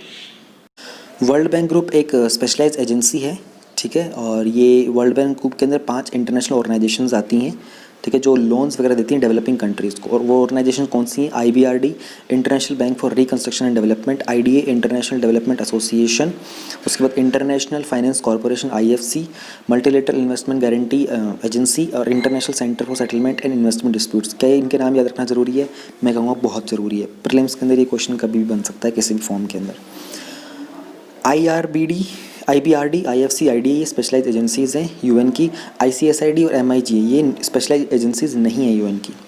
5 institutions हैं, उनकी अपनी कंट्री की membership होती है, गवर्निंग बॉडीज़ होती हैं, बोर्ड्स होते हैं, आर्टिकल्स होते हैं एग्रीमेंट के, और ये सारे के सारे पार्टनर कंट्रीज़ को सर्व करते हैं। IBRD और IDA ये लोन्स देते हैं प्रेफरेंशियल रेट्स के ऊपर मेंबर कंट्रीज़ को, एज वेल एज जो पुअरेस्ट कंट्रीज़ होती हैं। IFC, MIG और ICSID ये फोकस करते हैं किस तरीके से प्राइवेट सेक्टर को स्पेशली डेवलपिंग कंट्रीज़ के अंदर स्ट्रेंथन करना है, मजबूत करना है, उसको फाइनेंसिंग देनी है, टेक्निकल असिस्टेंस देना है, पॉलिटिकल रिस्क इंश्योरेंस देना है, और जो भी सेटलमेंट्स करने हैं डिस्प्यूट्स वगैरह के वो सब कैसे करने हैं। IFC एस्टेब्लिश हुआ था 1956 के अंदर। ये बहुत सारे फाइनेंसिंग प्रोवाइड करता है सॉवरेन गारंटीज़ के साथ प्राइमरीली प्राइवेट सेक्टर को। ICSID एस्टेब्लिश हुआ था 1966 के अंदर। ये गवर्नमेंट का साथ हेल्प करता है उनकी इन्वेस्टमेंट रिस्क को रिड्यूस करने के लिए। MIG एस्टेब्लिश होता है 1988 के अंदर। ये इंश्योरेंस प्रोवाइड करता है, किसी भी टाइप का रिस्क होता है, किसी भी टाइप का पॉलिटिकल रिस्क होता है, उन सब के अंदर हर एक मेंबर कंट्री जो ऑर्गेनाइजेशन की उनके पास वोटिंग पावर होती है, जितना उसमें शेयर होता है उनके कंट्रीज़ के अंदर। Now we have financial and technological commitments under UNFCCC and Paris Agreement. This is covered under conservation, environmental pollution and degradation, environmental impact assessments. Fourth edition of the virtual ministerial on climate action was recently held. अभी जो ministerial meeting थी climate action की उसका 4th addition हुआ था। Meeting को को chair किया था यूरोपियन यूनियन, चाइना और कनाडा ने। तो इस मीटिंग के आउटकम्स क्या थे? कुछ डेवलप कंट्रीज़ पार्टीज़ ने ये कहा था कि वो UNFCCC और उसके जो पेरिस एग्रीमेंट है उसके अंदर फाइनेंशियल और टेक्नोलॉजिकल असिस्टेंस जो है डेवलपिंग कंट्रीज़ को आगे फॉरवर्ड करेंगी। पेरिस एग्रीमेंट के अंदर अनाउंस क्या किया गया था? जो पेरिस कॉन्फ्रेंस थी 2015 की, उसमें ये एग्रीमेंट किया गया था कि नेगोशिएशन हुई थी कि क्लाइमेट फाइनेंस ईयर 2020 तक $100 बिलियन अ ईयर का फाइनेंस प्रोवाइड किया जाएगा डेवलपिंग कंट्रीज़ वगैरह को, ताकि ओवरऑल जो वर्ल्ड का जो टेम्परेचर है, ठीक है, एवरेज टेम्परेचर को हम लोग बिलो 2 डिग्री सेल्सियस लेके आएंगे, और जो टेम्परेचर इंक्रीज़ हो रहा है फर्दर 1.5 डिग्री सेल्सियस उसको भी रिड्यूस किया जाएगा। ये पूरा का पूरा पेरिस एग्रीमेंट था। तो इस एंड तक हर एक कंट्री ने प्लेज किया था कि जो भी उनको एक्शन प्लान्स लेने पड़ेंगे टारगेटेड पूरे के पूरे ग्रीन हाउस गैस एमिशंस को रिड्यूस करने के लिए, उनके ऊपर वो काम करेंगे। एग्रीमेंट के अंदर ये था कि जो रिच कंट्रीज़ होंगी वो डेवलप कंट्रीज़ को फाइनेंशियल और टेक्नोलॉजिकल सपोर्ट प्रोवाइड करेंगी। और यूनाइटेड स्टेट्स ने पेरिस क्लाइमेट से विड्रॉ कर लिया था, आपको पता ही होगा। UNHRC से कर लिया था, यूनेस्को से कर लिया था। अभी WHO के लिए उन्होंने ऑफिशियल प्रोविजन स्टार्ट कर दिए कि वो WHO से फंडिंग उन्होंने रोक दी थी और अब वो WHO से विड्रॉ करने वाले हैं। तो this is something very unfortunate happening specially for the undeveloping countries. UNFCCC क्या है? इसको अडॉप्ट किया गया था 1992 के अंदर रियो अर्थ समिट। रियो जो है वो ब्राज़ील में है। या रियो अर्थ समिट एनवायरनमेंट के रिगार्डिंग बहुत इंपॉर्टेंट है, बहुत सारी नई चीज़ें निकल के आई थी यहाँ से। इसके टाइम पर बिगिनिंग हुई थी इंटरनेशनल कम्युनिटी की, जो उन्होंने पहली बार एफर्ट किए थे क्लाइमेट चेंज की प्रॉब्लम को सॉल्व करने के लिए। इसे रियो कन्वेंशन भी बोलते हैं। UNFCCC ने एक फ्रेमवर्क बनाया था कि किस तरीके से हम लोग पूरी की पूरी ग्रीन हाउस गैसेस का जो कॉन्सेंट्रेशन है अर्थ के एटमॉस्फेयर में, उन सबको स्टेबलाइज करेंगे। 1994 के अंदर ये फोर्स में आया था, 1992 में अडॉप्ट किया गया था। ये आपको डिफरेंस पता होना चाहिए। I think that's it. इसके अंदर भी वही सब लिखा हुआ है, nothing more than that. Moving on to 9 July insights daily current affairs. हमारा पहला टॉपिक है equalisation levy on foreign e-commerce firms. Second is criminal law reforms. Third is Indian trawlers in Sri Lanka and the issues associated. UAE is keen on open sky policy with India. Agriculture Infrastructure Fund, Foreign Contribution Regulation Act FCRA, and production of lithium in stars. GS paper 2 के अंदर हमारा पहला topic है यहाँ पर equalisation levy on foreign e commerce firms, government policies and interventions for the development in various sectors and the issues arising out of the design and implementation. Equalisation levy क्या होता है, पहले एक बार सिंपल भाषा में समझो। एक होता है गूगल टैक्स करके, काफ़ी सारी कंट्रीज़ के अंदर जो कि ऑनलाइन ई कॉमर्स, जो लोग ऑनलाइन एडवर्टाइजमेंट करते हैं उनके ऊपर लगाया जाता है एक टैक्स है। इंडिया के अंदर 2016 में इसको इंट्रोड्यूस किया गया था। 6% लेवी लगता है हमारा यहाँ पे उन नॉन रेजिडेंट सर्विस प्रोवाइडर्स के ऊपर जो इंडिया के अंदर डिजिटल ट्रांजेक्शन्स करते ज़रूर है, लेकिन इंडिया के अंदर वो एज अ रेजिडेंट या फिर एस्टैब्लिश्ड नहीं है। तो जिनका पेमेंट जो था वो 1 लाख अ ईयर से एक्सीड करता था, उनके ऊपर 6% लगता था। फाइनेंस एक्ट 2020 के अंदर इंडिया ने एक अमेंडमेंट किया था इसमें फाइनेंस एक्ट के अंदर, और उसको उन्होंने जो इक्वलाइजेशन लेवी की जो एम्बिट था, जो उसकी बाउंड्री थी, उसको थोड़ा सा एक्सपैंड कर दिया। इसमें कुछ और चीज़ों को ऐड कर लिया था, जैसे कि सप्लाई ऑफ सर्विसेज हो गया, including online sale of goods हो गया, प्रोविजन ऑफ सर्विसेज हो गया। इन सब के ऊपर एक 2% पर लेवी रेट लगाया गया था, जिसकी इफेक्टिव डेट दी गई थी अप्रैल 1, 2020। ये जो टैक्स है उन ई कॉमर्स ट्रांजैक्शन के ऊपर लगता है, डिजिटल ट्रांजैक्शंस के ऊपर लगता है, जैसे Amazon.com हो गया, गूगल भी हो गया, क्योंकि गूगल भी एडवर्टाइजमेंट्स करता है इंडिया के अंदर। तो इस तरह का इक्वलाइजेशन लेवी लाने की ज़रूरत क्या थी? देखो, फॉरेन कंट्रीज़ के ऊपर, फॉरेन कंपनीज़ के ऊपर टैक्स लगाना बहुत इंपॉर्टेंट था, ठीक है, स्पेशली वो जो इंडिया के अंदर रहती है, इंडिया के अंदर एस्टैब्लिश नहीं है लेकिन इंडिया में बिलिंग करती है, डिजिटल ट्रांजेक्शन कर रही होती हैं, और इंडिया का जो टैक्स सिस्टम है उसको एस्केप करती हैं, तो उनके ऊपर एक पेनल्टी लगाने की ज़रूरत थी। तो पेनल्टी क्या लगती है? पहली बात तो जो लॉ है उसका कहता है कि लेट पेमेंट होने के ऊपर आपके ऊपर इंटरेस्ट लगेगा 1% पर मंथ, ठीक है, और अगर आपकी पेमेंट होती नहीं है उसके बाद भी तो आपके ऊपर इक्वल जितना भी अमाउंट था ना उसी के इक्वल एक इक्वलाइजेशन लेवी लगता है इंटरेस्ट के साथ। इश्यूज़ क्या हैं? इश्यूज़ ये हैं कि इतना कुछ प्रैक्टिकल डिफ़िकल्टीज़ आ रही हैं, क्योंकि पैन डिटेल्स लेना बहुत मुश्किल हो पा रहा है उनके लिए इक्वलाइजेशन के लिए, ठीक है, और बेसिकली इस पूरे के पूरे स्कीम को, इस पूरे के पूरे एक्ट को इनके ऊपर इम्प्लीमेंट कर पाना थोड़ा सा डिफ़िकल्टीज़ हो रहा है, इसमें क्लैरिटी अभी नहीं निकल के आ पा रही है। स्पेशली पैन कार्ड की डिटेल्स और इंडियन बैंक अकाउंट का होना, उसमें कुछ ना कुछ एडमिनिस्ट्रेटिव डिलेज़ आ रहे हैं, ठीक है, स्पेशली जो रेमिटेंस होता है नॉन रेजिडेंट्स का उनके लिए। तो ये एक इशू चल रहा है इंडिया के अंदर, इसलिए इक्वलाइजेशन लेवी के अंदर बहुत सारी प्रॉब्लम्स आ रही हैं, और प्राइमरीली इसके अंदर बहुत वाइड कवरेज होती है, क्लैरिटी नहीं है, ठीक है, किस तरीके से इसको कंसिडर किया जाएगा। एंड जो ट्रांजैक्शंस हैं नॉन रेजिडेंट्स की वो इसमें कवर हो रही हैं। तो अकॉर्डिंग टू टैक्स एक्सपर्ट्स ये एक एक्स्ट्रा टेरिटोरियल ओवर रीच है, जिसमें एक प्रैक्टिकल डिफिकल्टी है इसको पूरे के पूरे को इम्प्लीमेंट करने में। इक्वलाइजेशन लेवी क्या होता है, इंट्रोड्यूस और रिसेंट चेंजेस को हम लोगों ने कर लिया है। हु इज़ कवर्ड भी हो गया है। Is it direct tax? Yes, it is a direct tax. CBDT का कॉम्पोजिशन मैं आपको बता देता हूँ। टॉकिंग अबाउट CBDT का फुल फॉर्म होता है central board of direct taxes. ये एक स्टैट्यूटरी बॉडी है, यानी कि इसको एक एक्ट पास करके बनाया गया था पार्लियामेंट में, central board of revenue act 1963। Also CBDT India की official financial action task force unit है। प्रीलिम के स्पेसिफिक बहुत इंपॉर्टेंट है। इसको एडमिनिस्टर करता है department of revenue under ministry of finance.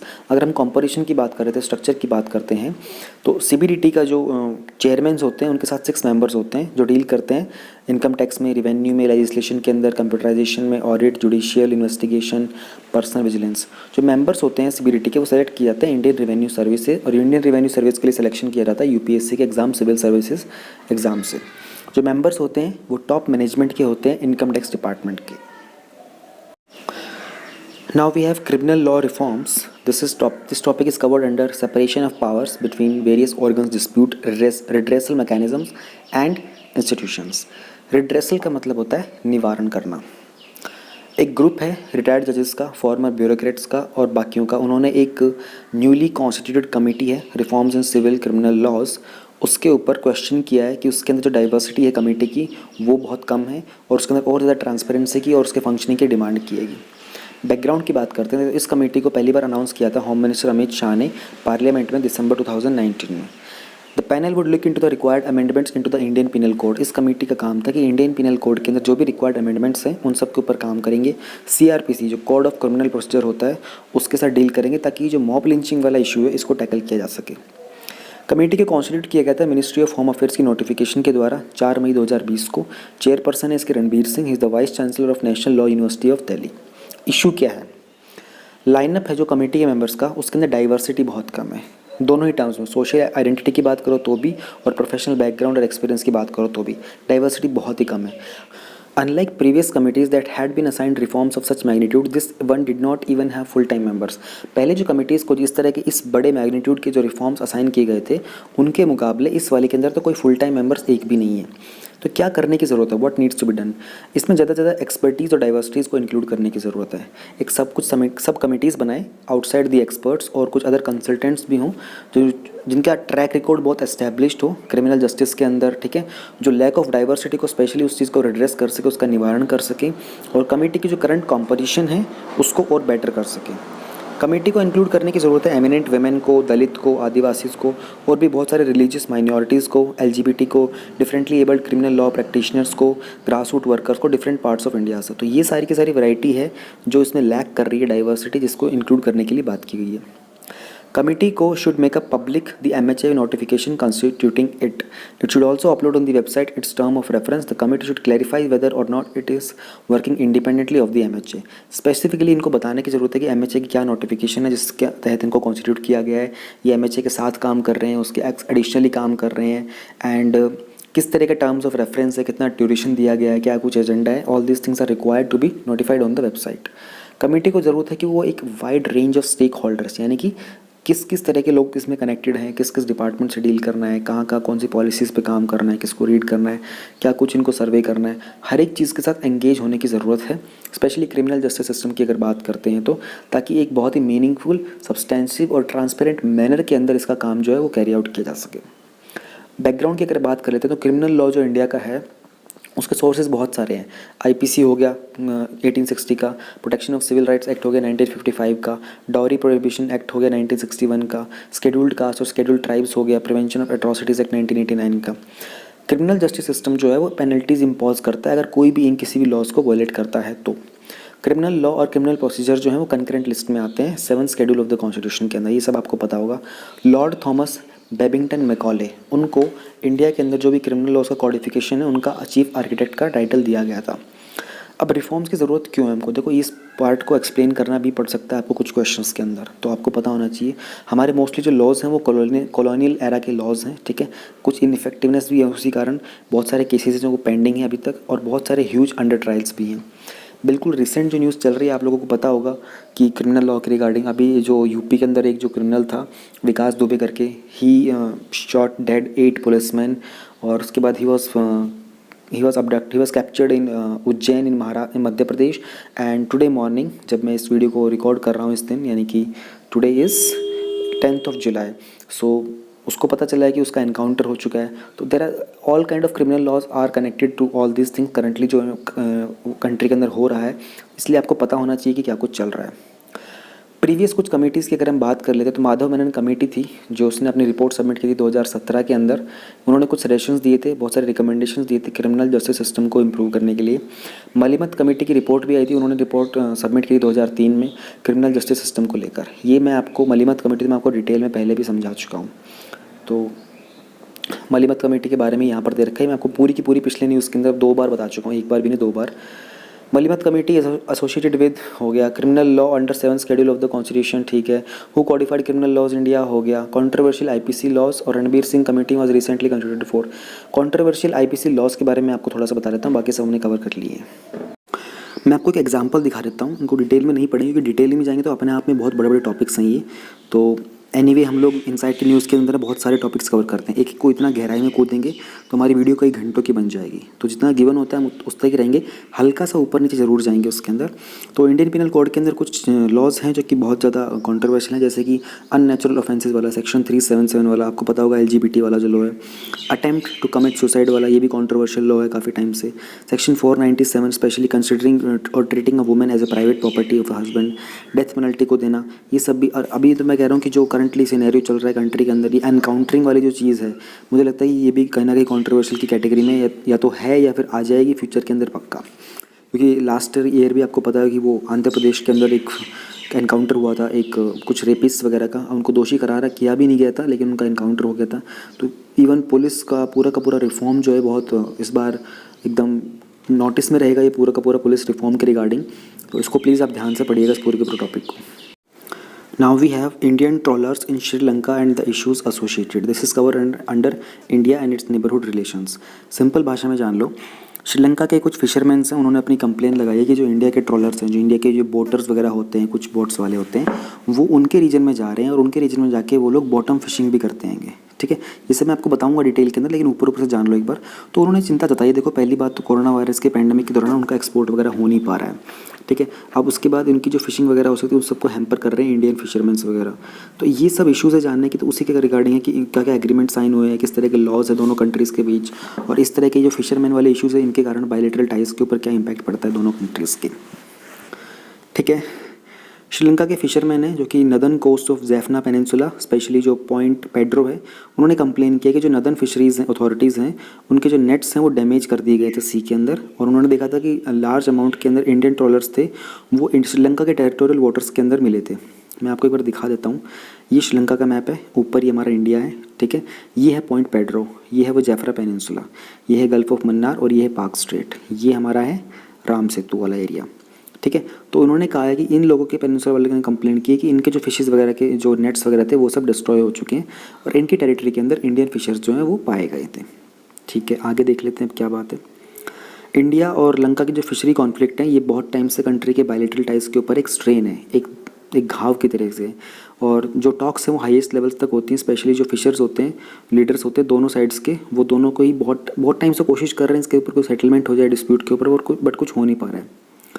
Main जो आर्ग्यूमेंट्स हैं वो पुट फोर्थ की गए श्रीलंकन फिशरमैन्स के द्वारा कि जो इंडियन ट्रॉलर्स हैं वो उनकी फिश प्रोडक्शन को हैम्पर कर रहे हैं, उनके मरीन हैबिटेट को डिस्ट्रॉय कर रहे हैं, वो इनके मरीन ऑर्गेनिजम्स को स्कूप आउट कर रहे हैं। स्कूप आउट का मतलब जैसे आइसक्रीम नहीं निकालते स्कूप आउट करके, तो वो कह रहे हैं कि इनका जो मरीन का जो पूरे ऑर्गेनिजम्स है ना श्रीलंकन टेरिटरी के, उनको इंडियन फिशरमैन्स निकाल रहे हैं। इसमें फिशेज़ होते हैं, प्रॉन्स होते हैं। फर्दर मोर उन्होंने कहा कि उनके जो लाइवलीहुड्स हैं, जो स्पेशली कोरोना वायरस के पेंडेमिक के दौरान एनीवे इम्पेयर हो चुके हैं, उन सबको भी फर्दर इंडियन ट्रॉलर्स जो हैं वो हिट कर रहे हैं। श्रीलंकन गवर्नमेंट इस बात को कैसे हैंडल करती है? पिछले 2 सालों के अंदर श्रीलंका ने कुछ टफ लॉज इन्वेंट किए थे ताकि बॉटम ट्रॉलिंग को बैन किया जा सके। बॉटम ट्रॉलिंग क्या होता है एक बार आपको दिखा देता हूँ। आपको ये बोट दिखाई दे रही है, इसमें से पीछे एक नेट लगा हुआ है। ये बॉटम में वेटेड नेट होता है, इसका वजन बहुत होता है, ये नीचे पानी में चली जाती है और जितने नीचे की जो फिशेज होती है, जो मरीन ऑर्गेनिजम्स होते हैं, उन सबको ही कैप्चर कर लेती है। तो उनकी गवर्नमेंट ने कुछ लॉज लेके आए थे जिससे कि ये बॉटम ट्रॉलिंग को उन्होंने बहुत हद तक बैन कर दिया था। हैवी फाइन्स लगाए थे अगर कोई भी फॉरेन वेसल्स इसको ट्रेसपास करता है तो। श्रीलंकन नेवी ने 450 इंडियन फिशरमैन्स को 2017 में अरेस्ट किया था, 156 को 2018 में in charges of poaching. Total 210 arrest किए गए थे 2019 के अंदर और 34 किए गए थे अभी तक 2020 में। बॉटम ट्रॉलिंग क्या होता है मैंने आपको दिखा दिया है। इंडिया श्रीलंका के मैरीटाइम बाउंड्री एग्रीमेंट्स क्या कुछ होते हैं? दोनों कंट्रीज़ ने 4 मैरीटाइम बाउंड्री एग्रीमेंट साइन किए थे, चारों के नाम देख लेते हैं। पहला था regarding maritime boundary between Adams bridge and park strait. Adams bridge क्या है? ये हमारा एडम्स ब्रिज, ये हमारा राम सेतु, इसी को एडम्स ब्रिज बोलते हैं। और पार्क स्ट्रेट इसके ऊपर था, ये 1974 के अंदर 8 जुलाई को। सेकंड एग्रीमेंट था वो मई 10, 1976 के अंदर था। उसने डिफाइन किया था मैरीटाइम बाउंड्रीज क्या होंगी गल्फ ऑफ मन्नार की और बे ऑफ बंगाल की। इंडिया, श्रीलंका और मालदीव्स ने एक एग्रीमेंट साइन किया था डिटर्मिनेशन ऑफ उनका जो ट्राई जंक्शन पॉइंट होगा गल्फ ऑफ मन्नार में, जुलाई 1976 के अंदर ही। उसी टाइम के मतलब मई के बाद जून जुलाई अगले महीने 2 महीने बाद ही नवंबर 1976 में इंडिया और श्रीलंका ने एक दूसरा एग्रीमेंट साइन किया था जिसमें जो उनकी मैरीटाइम बाउंड्री थी गल्फ ऑफ मन्नार की उसको एक्सटेंड करने की बात की गई थी। ठीक है, दिखा दिया मैंने आपको ये सारा का सारा। पाम स्ट्रेट क्या है? पाम स्ट्रेट नहीं, इनसे गलती से टाइप हो गया होगा, ये PALK पार्क स्ट्रेट है। पार्क स्ट्रेट मैंने आपको अभी मैप के ऊपर दिखाया। एडम्स ब्रिज, ये देखिए ये रहा पार्क स्ट्रेट आपको दिख रहा है। बहुत इंपॉर्टेंट होते हैं सारे के सारे स्ट्रेट्स, गल्फ और बेस। और ये रहा हमारा एडम्स ब्रिज। एडम मतलब यहाँ पे जो मैन मेड ब्रिज की बात कर रहे हैं, ये राम सेतु की बात कर रहे हैं। गल्फ ऑफ मन्नार, उसके सिग्निफिकेंस और बायोडाइवर्सिटी हम देखते हैं। Countries in the Indian ocean region, I don't think इससे इजी कोई क्वेश्चन होगा, मेरे को ये एक्सप्लेन करने की ज़रूरत नहीं है। वेयर इज़ पॉइंट पेड्रो, मैंने आपको दिखा दिया था, मैं फिर से आपको दिखा देता हूँ पॉइंट पेड्रो कहाँ पर है। ये रहा पॉइंट पेड्रो श्रीलंका के नदन पॉइंट के ऊपर near Jaffna peninsula. Talking about gulf of Mannar, ये एक लार्ज शैलो बे है। बे मतलब समझिए ना खाड़ी, जैसे बे ऑफ बंगाल है, बंगाल की खाड़ी, तो वहाँ पर भी एक बे है जो कि लेकरडाइव सी का पार्ट बनता है इंडियन ओशन के अंदर। ये सदर्न टिप ऑफ इंडिया पे है और वेस्टर्न कोस्ट है जो श्रीलंका का, वहाँ पर है कोरोमंडल कोस्ट रीजन के अंदर। जो स्पीशीज़ है वहाँ पर है डुगोंग, एक सी काऊ बोलते हैं, वहाँ पर मिलती हैगी। एक लो आइलैंड्स की चेन है जिसको बोलते हैं राम सेतु, और या फिर इसको एडम्स ब्रिज बोला जाता है, जिसमें मन्नार आइलैंड आता है। ये सेपरेट करता है गल्फ ऑफ मन्नार को पाक बे से, जो कि नॉर्थ में पड़ती है इंडिया और श्रीलंका के बीच में। एस्चुचरीज जो की बात करते हैं तो थमीरम्बरानी रिवर है साउथ इंडिया की तरफ से, और मालवथु ओया है श्रीलंका की तरफ से। वो सारे के सारे ड्रेन करते हैं इस गल्फ के अंदर। गल्फ ऑफ मन्नार जो बायोलॉजिकली बहुत रिच कोस्टल रीजन है इंडिया का, जिसमें 3600 स्पीशीज़ हैं प्लांट्स और एनिमल्स की, अभी तक जितना पता है, known to live within its boundaries. Gulf of Mannar का जो बायोस्फीयर रिजर्व है, ये पहला मरीन बायोस्फीयर रिजर्व है एशिया का, जो कि southern part of the bay of Bengal में लोकेटेड है।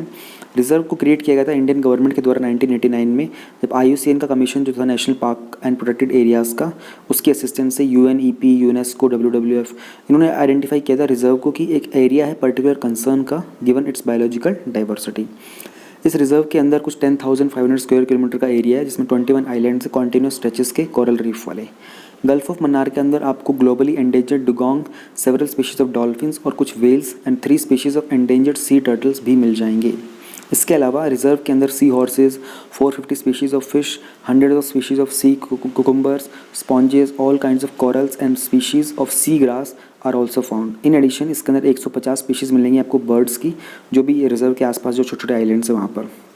Vital to the ecology of the reserve, 70 species हमारे पास मैंग्रोव की हैं, जो एक इंपॉर्टेंट फिश नर्सरी की तरह अपना रोल प्ले करते हैं वहाँ पर। Now we have UAE keen on open sky policy with India. UAE's United Arab Emirates. This topic is covered under bilateral, regional and global groupings and agreements involving India and or affect protecting India's interest. Hindi में जानो, एक बारी में जानो, एक open sky policy होती है जिसके अंदर क्या होता है कि आपके दो कंट्रीज़ के बीच में जो भी इंटरनेशनल फ़्लाइट्स होती हैं वो फ्रीली मूव कर सकती हैं। तो क्या पहले फ्रीली मूव नहीं करती? नहीं, पहले ना लिमिटेशंस होती हैं। अदरवाइज़ अगर आपके पास ओपन स्काई पॉलिसी नहीं होती तो लिमिटेशंस होती है कि इतनी ही फ्लाइट होंगी दो कंट्रीज़ के बीच, मंथली एनुअली इतना ही होना चाहिए उसके अकॉर्डिंग। लेकिन जब आप ओपन स्काई पॉलिसी को, ओपन स्काई एग्रीमेंट को साइन कर लेते हो तो आप फ्रीली कितनी भी फ़्लाइट्स एक दूसरे कंट्री के बीच में मूव करा सकते हो। तो यूएई इज़ वेरी कीन कि इंडिया के साथ इस तरह की पॉलिसी को साइन करना चाहते हैं और उन्होंने it has asked India to look at open sky policy separately from 5th and 6th freedoms of the air. इस पूरी की पॉलिसी के अंदर कुछ फ्रीडम्स होती हैं, क्या किस टाइप की फ्रीडम आपको प्रोवाइड करनी है। उसमें उन्होंने कहा है कि 5th और 6th को आप एक्सक्लूड कर दीजिएगा क्योंकि ये इंडिया की सिक्योरिटी और इंटीग्रिटी को ध्यान में रखते हुए ऐसा बोला गया है। इसके बारे में आपको बताऊँगा लास्ट में कि होता क्या है। Issue of 5th and 6th freedoms of the air has been a sore point between airlines of India and the UAE. तो what is open sky policy? होता क्या है? ये एग्रीमेंट होता है नॉट ओनली एनकरेज कनेक्टिविटी और passenger travel between two countries, लेकिन इसके कारण जो होता है ना, एक रिडक्शन भी होता है एयर फेयर्स के अंदर, दो रूट्स के अंदर। जो नेशनल सिविल एविएशन पॉलिसी है 2016 की, उसके अंदर गवर्नमेंट जो है वो एक open sky air services agreement sign करती है on reciprocal basis with SAARC nations as well as वो कंट्रीज़ जो 5000 किलोमीटर के रेडियस के बियॉन्ड होती है न्यू दिल्ली से, उनके साथ एक ओपन स्काई ट्रीटी साइन की। Open sky agreement, open sky treaty is a different thing, open sky agreement this is a different thing, ध्यान रहे। रिसेंटली यूएसए ने कहा था कि वो ओपन स्काई ट्रीटी से विड्रॉ करेगा, तो इसलिए मैंने आपको बता दिया दोनों में डिफरेंस होता है। It implies that the nations जो within the distance need to enter into a bilateral agreement and mutually determine the number of flights that their airlines can operate between the two countries। जो इस distance 5000 के under होते हैं उनको एक bilateral agreement sign करना पड़ता है, ये डिफाइन करना पड़ता है कि कितनी फ़्लाइट्स होंगी उनके आपस में कंट्रीज़ में जो फ्लाई करेंगी। इंडिया ने already open sky agreement sign कर रखे हैं ग्रीस, जमाइका, गुयाना, ज़ेक रिपब्लिक, फिनलैंड, स्पेन और श्रीलंका के साथ। फ्रीडम ऑफ एयर का मतलब क्या होता है? इंटरनेशनल एयर ट्रैवल को गवर्न करते हैं बहुत सारे फ्रीडम्स ऑफ एयर होते हैं। डिग्री ऑफ स्काई ओपननेस, यानी कि कितनी कहाँ तक फ़्लाइट को आपको फ्लाई करवाना है, कहाँ पर उसको लैंड करवा सकते हो, बीच में कहाँ पर हॉल्ट करा सकते हो, ये सारी की सारी चीज़ें डिपेंड करती है कौन से टाइप के फ्रीडम्स के अंदर ग्रांट किया गया है। कुछ 9 सच फ्रीडम्स होती हैं। 1944 का कन्वेंशन था, उसके अंदर ये सब डिफाइन किया गया था इंटरनेशनल सिविल एविएशन के अंडर। तो यहाँ पर दो चीज़ों की हम लोगों ने बात की कि नेशनल सिविल एविएशन पॉलिसी के बारे में, ठीक है, और इसने बताया था कि 5000 किलोमीटर के बियॉन्ड रेडियस के अंदर हम लोग ओपन स्काई सर्विसेज का एग्रीमेंट साइन कर सकते हैं। एंड नाउ वी हैव 1944 का convention on international civil aviation, इसको शिकागो कन्वेंशन भी बोलते हैं, आपको पता होना चाहिए इसके बारे में। यहाँ पर हम लोगों ने 9 फ्रीडम्स डिफाइन किए थे। इंपॉर्टेंटली क्या है हमारे पास, जो मेन है उनके बारे में बात कर लेते हैं। फर्स्ट फ्रीडम ऑफ एयर क्या होता है कि एक carrier to take off from its home state. Carrier का मतलब जानते हो ना, ट्रांसपोर्ट, कार्गो वगैरह को अपने होम स्टेट से टेक ऑफ करने की परमिशन है। सेकंड फ्रीडम ऑफ एयर होता है, अलाउ करता है land in A second country, कि आप दूसरी कंट्री में जाकर लैंड कर सकते हो। एक एक चीज़ें डिफाइंड होती है, इसलिए थोड़ा सा आपको पढ़ना पड़ रहा है। हमारे लिए 5th और 6th की बात करना ज़्यादा इंपॉर्टेंट, लेकिन एक बार ये भी देख लेते हैं। Third and fourth freedoms of the air allow करते हैं एक एयरलाइन को टेक ऑफ करेगी एक कंट्री से जहाँ it has landed in and come back to the land at its home base, यानी कि सपोज इंडिया से कोई फ्लाइट गई श्रीलंका की तरफ, वहाँ लैंड करेगी और वहाँ से फिर वो वापस आ जाएगी। ये होता है थर्ड और fourth freedom of the air में। 5th और 6th freedom of the air allows airlines to carry passengers picked from one country and fly them to a third country rather than the country from which the airline originated। यानी कि passengers को pickup करेंगे और किसी third country के अंदर fly करेंगे rather than जहाँ से उन्होंने और एयरलाइन ने ओरिजिनेट किया था एक्चुअली। ये होते हैं 5th और 6th फ्रीडम्स के अंदर। यूएई ने कहा है कि ये 5th और 6th फ्रीडम के अलावा हम लोग बाकी चीज़ें एग्री करेंगे, तो इसके ऊपर अभी फ्यूचर में और बातचीत होगी, क्या कुछ होगा। आई थिंक आपका जब तक एग्जाम होगा तब तक इसके ऊपर कोई ना कोई और वर्डिक्ट वगैरह आ ही जाएगा, कोई ना कोई बात हो ही जाएगी, तो आप इसके बारे में और डिटेल में जान लेना। What is Open Sky Policy? SAARC nations, overview of National Civil Aviation Policy, 1944 Convention on International Civil Aviation, Freedoms of the Air। SAARC nations के बारे में क्या बताऊँ यार, SAARC नेशन के बाद तो बहुत कॉमन चीज़ है, नाम बताने होंगे इनके बेसिकली क्या है। I think I should skip this part क्योंकि बहुत कॉमन सा हो गया है। Now we have Agriculture Infrastructure Fund launched. This topic is covered under issues related to direct and indirect farm subsidies and minimum support prices, PDS objectives, functioning, limitations, revamping, issues of buffer stocks and food security, technology missions, economics of animal rearing। सो ये एक pan India central sector scheme है। Pan India का मतलब तो होता है all over India, pan का मतलब होता है ऑल ओवर, और सेंट्रल सेक्टर स्कीम का मतलब देखो दो टाइप की चीज़ होती है, सेंट्रल सेक्टर SEC और central sponsored SPO। Central sector का मतलब होता है कि पूरी की पूरी स्कीम के अंदर सारी की सारी फंडिंग जो होगी गवर्नमेंट की होगी, सारा पैसा गवर्नमेंट देगी। सेंट्रल स्पॉन्सर के अंदर क्या होता है कि सेंटर स्पॉन्सर करता है उस स्कीम को, स्टेट गवर्नमेंट भी उसमें कुछ पैसा देती है, कुछ परसेंट, लेकिन जो भी रेशियो होता है उसमें जो हाईएस्ट रेशियो होता है, बिगेस्ट रेशियो, मान लो 60-40 होता है, 60% सेंट्रल गवर्नमेंट देगी, जो बड़ा पोर्शन होता है गवर्नमेंट सेंट्रल गवर्नमेंट देती है, स्मॉल पोर्शन होता है वो स्टेट गवर्नमेंट देती है। तो एग्रीकल्चर इंफ्रास्ट्रक्चर फंड जो है ये एक सेंट्रल सेक्टर की स्कीम है, पूरे इंडिया के लिए है, और इसमें एक मीडियम और लॉन्ग टर्म का डेट यानी कि लोन वगैरह मिलेगा, फाइनेंसिंग फैसिलिटी मिलेगी, इन्वेस्टमेंट इन वायबल प्रोजेक्ट्स होंगे जो भी पोस्ट हार्वेस्ट का मतलब होता है खेतों के अंदर जब हार्वेस्टिंग पूरी हो जाती है, कटाई वटाई हो जाती है, उसके बाद पूरे के पूरे इंफ्रास्ट्रक्चर को मैनेज करने के लिए कम्युनिटी फार्मिंग एसेट्स वगैरह को, उसमें इंटरेस्ट का सबवेंशन यानी कि ब्याज में इंटरेस्ट में कुछ ना कुछ गवर्नमेंट आपका ब्याज माफ़ कर देगी, इंटरेस्ट जो है वो माफ़ कर देगी, और फाइनेंशियल सपोर्ट तो देना ही है। ये जो स्कीम है 10 साल के लिए 2020 से लेकर 2029 तक यानी कि पूरे 10 साल हो जाएंगे। एलिजिबिलिटी क्या है इस स्कीम के अंदर? 1 लाख करोड़ प्रोवाइड की जाएंगी बैंक्स को और फाइनेंशियल इंस्टीट्यूशंस को लोन्स के तौर पर, टू जैसे किस किस को, पैक्स को, प्राइमरी एग्रीकल्चर क्रेडिट सोसाइटीज़ को, मार्केटिंग कॉरपोरेटिव सोसाइटीज़ को, कोऑपरेटिव को, एफपीओ को, एसएचजीज़ को, फार्मर्स को, और जॉइंट लायबिलिटी ग्रुप्स को, मल्टीपर्पज़ कोऑपरेटिव सोसाइटीज़ को, स्टार्टअप्स को, एक्सेट्रा को। इंटरेस्ट सबवेंशन कितने का होगा? इंटरेस्ट सबवेंशन यानी कि ब्याज कितना कम किया जाएगा? 3% ब्याज कम कर दिया जाएगा, एक लिमिट होगी 2 करोड़ तक की वहाँ तक का, और ये मैक्सिमम 7 पीरियड्स तक रहेगा ब्याज का जो सबवेंशन होगा क्रेडिट का, इंटरेस्ट का। क्रेडिट गारंटी कवरेज होगी यानी कि आपको जो लोन लेना होगा उसमें आपकी क्रेडिट की गारंटी, यानी कि बात ये होगी कि आपका कोई कोलेटरल वगैरह सबमिट करना नहीं पड़ेगा।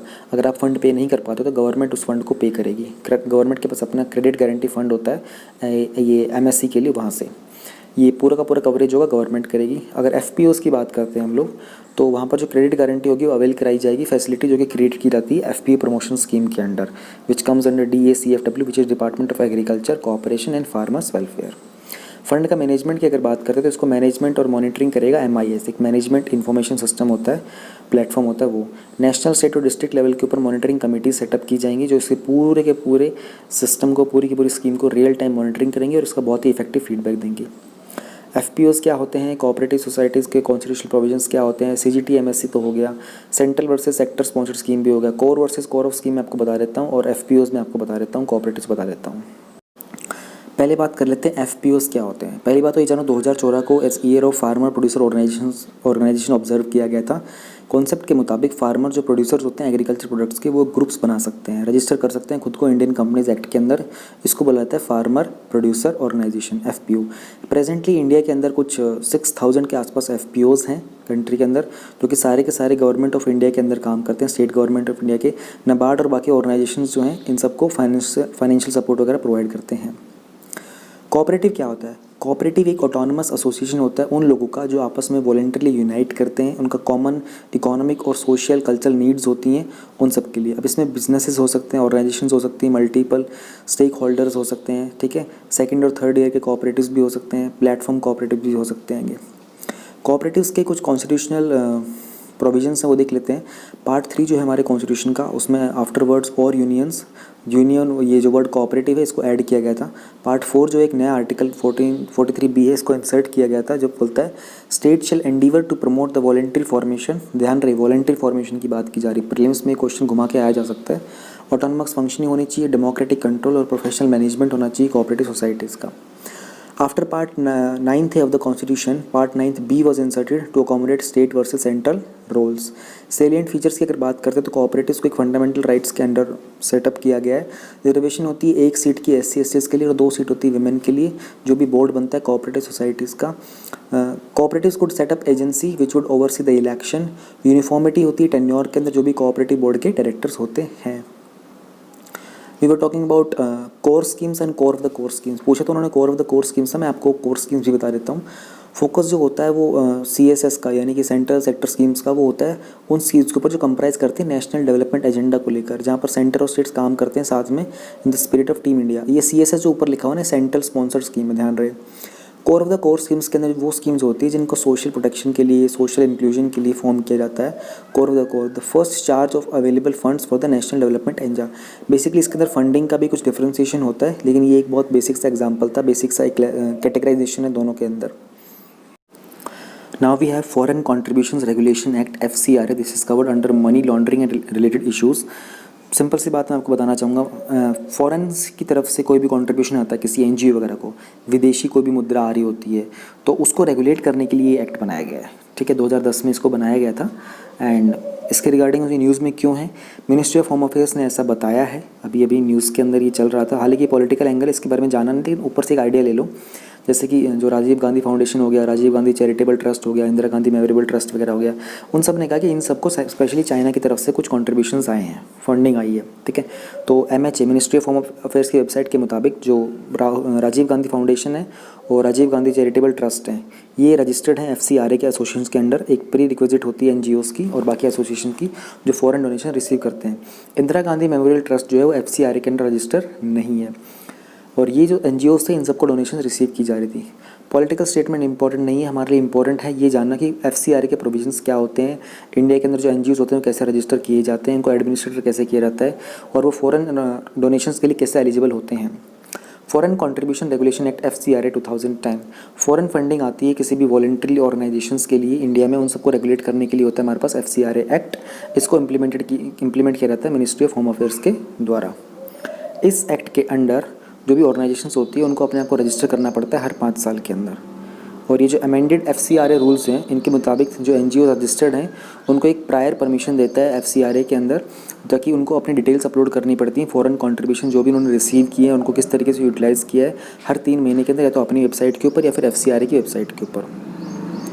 NGOs को अपने एनुअल रिटर्न्स भी ऑनलाइन फाइल करने पड़ते हैं। ठीक है, एनुअल रिटर्न्स को एक क्वार्टरली उनको प्लेस करना पड़ता है NGO की खुद की वेबसाइट के ऊपर या फिर FCI की वेबसाइट के ऊपर, जिसको होम मिनिस्ट्री मेंटेन करती है।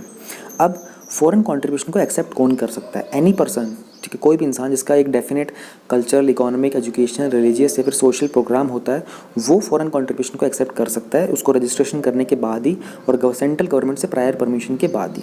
और कौन नहीं कर सकता?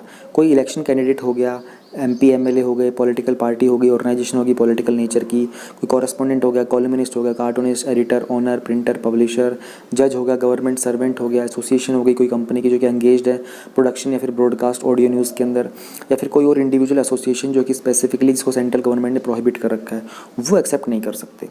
तो जो एक्सेप्ट कर सकते हैं उनकी एलिजिबिलिटी क्या होती है? एसोसिएशन का होना, उसको रजिस्टर होना चाहिए under section societies registration act 1860, या फिर जो इंडिया का ट्रस्ट एक्ट है 1882, या फिर सेक्शन 8 जो है कंपनीज एक्ट का 2013, उसके अंडर। नॉर्मली उसकी एग्जिस्टेंस 3 साल तक की होनी चाहिए और उन्होंने रीजनेबली कुछ ऐसा काम किया होना चाहिए जिससे सोसाइटी को बेनिफिट हो। पिछले 3 साल के अंदर उनका 10 लाख तक का कुछ अपनी एक्टिविटीज़ के ऊपर कुछ एक्सपेंस होना चाहिए। पब्लिक इंटरेस्ट क्या होता है? पब्लिक इंटरेस्ट की इन्होंने बात की कि पब्लिक इंटरेस्ट के ऊपर सारा एक्सपेंस होना चाहिए।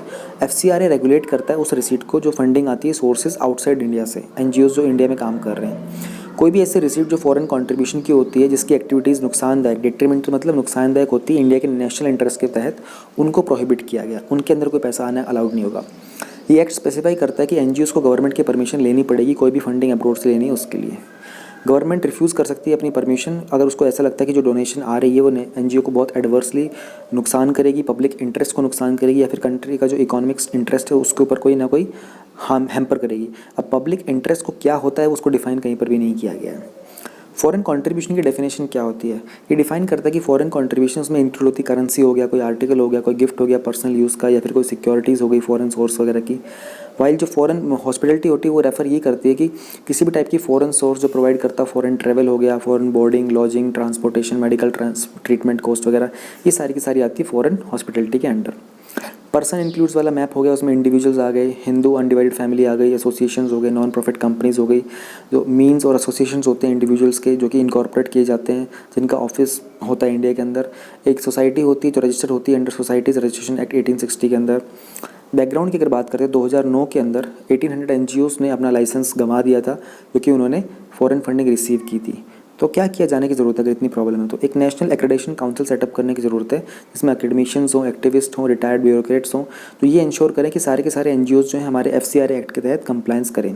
एक बेटर कोऑर्डिनेशन की ज़रूरत है मिनिस्ट्री ऑफ होम अफेयर्स और फाइनेंस मिनिस्ट्री के बीच में, दोनों में, ताकि जो भी इलीगल और जो अनअकाउंटेड फंड्स होते हैं इन सबकी रेगुलेशन और मॉनिटरिंग ढंग से की जा सके। एक रेगुलेटरी मैकेनिज्म सेटअप करने की ज़रूरत है जो इस सब पर ध्यान रखेगा कि क्या क्या फाइनेंशियल एक्टिविटीज़ चल रही है NGOs की और वॉलंटरी ऑर्गेनाइजेशंस की। ये बहुत इंपॉर्टेंट है इस टाइम पर। सिटीजन्स को अपने आप में एक बहुत एक्टिव रोल प्ले करने की ज़रूरत है कि किस तरह से अपनी लाइफ को शेप कर रहे हैं, किस तरीके से वो डेमोक्रेसी में पार्टिसिपेट कर रहे हैं, जो कि रिचुअल्स ऑफ वोटिंग वगैरह के, तो सोशल जस्टिस को प्रमोट कर रहे हैं, नहीं कर रहे हैं, जेंडर इक्विटी, इंक्लूजन एट्सेट्रा को। Now we have production of lithium in stars, this is covered under awareness in space. एक 40 साल पुराना पज़ल था जिसमें regarding production of lithium in stars, उसको इंडियन रिसर्चर्स ने सॉल्व कर दिया है। क्या था वो पज़ल्स, इसके बारे में जान लेते हैं। स्टार्स का एक जो मैकेनिज़्म होता है इवोल्यूशन का, वो एक्चुअली डिस्ट्रॉय कर देता है लिथियम को जब वो रेड जाइंट्स के अंदर ग्रो कर जाते हैं। तो प्लैनेट्स के अंदर पता चलता है कि ज़्यादा लिथियम होती है स्टार से ज़्यादा। तो जैसे कि केस में होता है अर्थ और सन के पेयर की अगर मैं बात करते तो अर्थ के अंदर ज़्यादा लिथियम है सन से ज़्यादा, क्योंकि सन एक स्टार है, अर्थ एक प्लैनेट है। हाउएवर एक कॉन्ट्रडिक्शन था जिसमें कुछ स्टार्स के अंदर जो लिथियम था वो काफ़ी रिच मिला था, ठीक है। तो अब ये एक पजल बन गया था इसी कारण कि अगर स्टार्स लिथियम प्रोड्यूस नहीं करते हैं तो ऐसा कैसे हो सकता है कि कुछ स्टार्स के अंदर लिथियम बहुत ज़्यादा है। अभी तक जो प्लैनेट एनगल्फमेंट थ्योरी थी वो बहुत पॉपुलर थी। फॉर एग्जांपल जैसे अर्थ लाइक प्लैनेट्स जो होते हैं वो इंक्रीज़ कर देते हैं अपने स्टार के लिथियम कंटेंट को जब वो स्टार के एटमॉस्फेयर में आज प्लंज कर जाते हैं, ठीक है। प्लंज करने का मतलब समझ रहे हो ना, जैसे एक वो होता है ना फॉक होता है, खाना खाने वाला एक फॉक होता है, तो इसको जब आप किसी चीज़ में पियर्स करते हो ना तो उसको प्लंजिंग बोलते हैं। तो कोई भी जो प्लैनेट होता है किसी स्टार के उसमें एटमॉस्फेयर में जब प्लंज कर जाता है तो उसका जो लिथियम कंटेंट जो होता है वो रिच कर जाता है और बाद में बन जाता है रेड जाइंट्स। लेटेस्ट फाइंडिंग्स क्या हैं, जब ये stars beyond red giant stage के बियॉन्ड ग्रो करते हैं जिसको हम बोलते हैं रेड क्लम्प स्टेज, वो लिथियम को प्रोड्यूस करते हैं जिसको बोला जाता है हीलियम फ्लैश, और इसी के कारण जो वो लिथियम में रिच हो जाते हैं। इस स्टडी से ये चैलेंज प्रेजेंट करते हैं आज के अंडरस्टैंडिंग में न्यूक्लियोसिंथेसिस स्टार्स के बारे में। अब बिग बैंग न्यूक्लियोसिंथेसिस क्या होता है, BBN, big bang nucleosynthesis theory ये प्रेडिक्ट करती है कि रफली 25% जो मास यूनिवर्स का है, पूरे यूनिवर्स का, वो हीलियम है। इन्होंने ये भी प्रेडिक्ट किया है कि उसमें 0.01% ड्यूटेरियम है। ये जो प्रोडक्शन होती है न्यूक्लियाई की other than those of lightest isotopes of hydrogen, जो कि अर्ली फेज में हुई थी यूनिवर्स के, प्राइमोर्डियल न्यूक्लियर सिंथेसिस था उसका। ये बिलीव किया जाता है बाय कॉस्मोलॉजिस्ट कि वो एक इंटरवल में हुआ था रफली 10 सेकेंड से 20 मिनट्स तक, just after the big bang. Lithium के ओरिजिन के बारे में अगर बात करते हैं तो पहली बार इसको प्रोड्यूस किया, ये फर्स्ट टाइम ये प्रोड्यूस किया गया था बिग बैंग के अंदर अराउंड 13.7 बिलियन ईयर्स अगो, जब यूनिवर्स एग्जिस्टेंस में आया था बाकी एलिमेंट्स के साथ। लेकिन जो अबंडेंस ऑफ बाकी एलिमेंट्स थी वो मिलियंस ऑफ टाइम्स ग्रो कर गई थी। प्रेजेंट अबंडेंस जो लिथियम के यूनिवर्स के अंदर वो 4 टाइम्स है अपने ओरिजिनल के मुताबिक, जो उस टाइम बिग बैंग की वैल्यू थी। और ये एक्चुअली डिस्ट्रॉयड किया जाता है स्टार्स के अंदर। सन फॉर इंस्टेंस अगर बात करते हैं तो उसका जो फैक्टर है वो 100 टाइम लोअर अमाउंट है लिथियम का देन अर्थ। लिथियम क्या होता है, लिथियम एक सॉफ्ट सिल्वर वाइट मेटल होता है जो बिलोंग करता है अल्कलाई मेटल को, alkali group of chemical elements को। इसको रिप्रेजेंट करते हैं Li सिंबल से और इसका एटॉमिक नंबर होता है 3। हाइड्रोजन मोल होता है हीलियम 2 होता है, lithium 3। Hydrogen, helium, lithium, beryllium, boron, carbon, nitrogen, oxygen, fluorine, neon, sodium, magnesium, aluminium. इस तरीके से आप सबने याद किया होगा पीरियोडिक टेबल क्लास स्कूल के अंदर, आई थिंक 7th और 8th में याद करवाते हैं। तो लिथियम जो होता है बहुत हाईली रिएक्टिव होता है, लाइटेस्ट भी होता है मेटल्स के अंदर, और लीस्ट डेंस सॉलिड एलिमेंट भी बोला जाता है इसको। हाईएस्ट स्पेसिफिक हीट कैपेसिटी होती है इसकी, हाई इलेक्ट्रोकेमिकल पोटेंशियल होता है, इसको मिरेकल एलिमेंट भी बोला जाता है। इंस्टा लिंक्स के अंदर जो भी थे सारे के सारे हम लोगों ने डिस्कस कर लिए हैं। So we are done.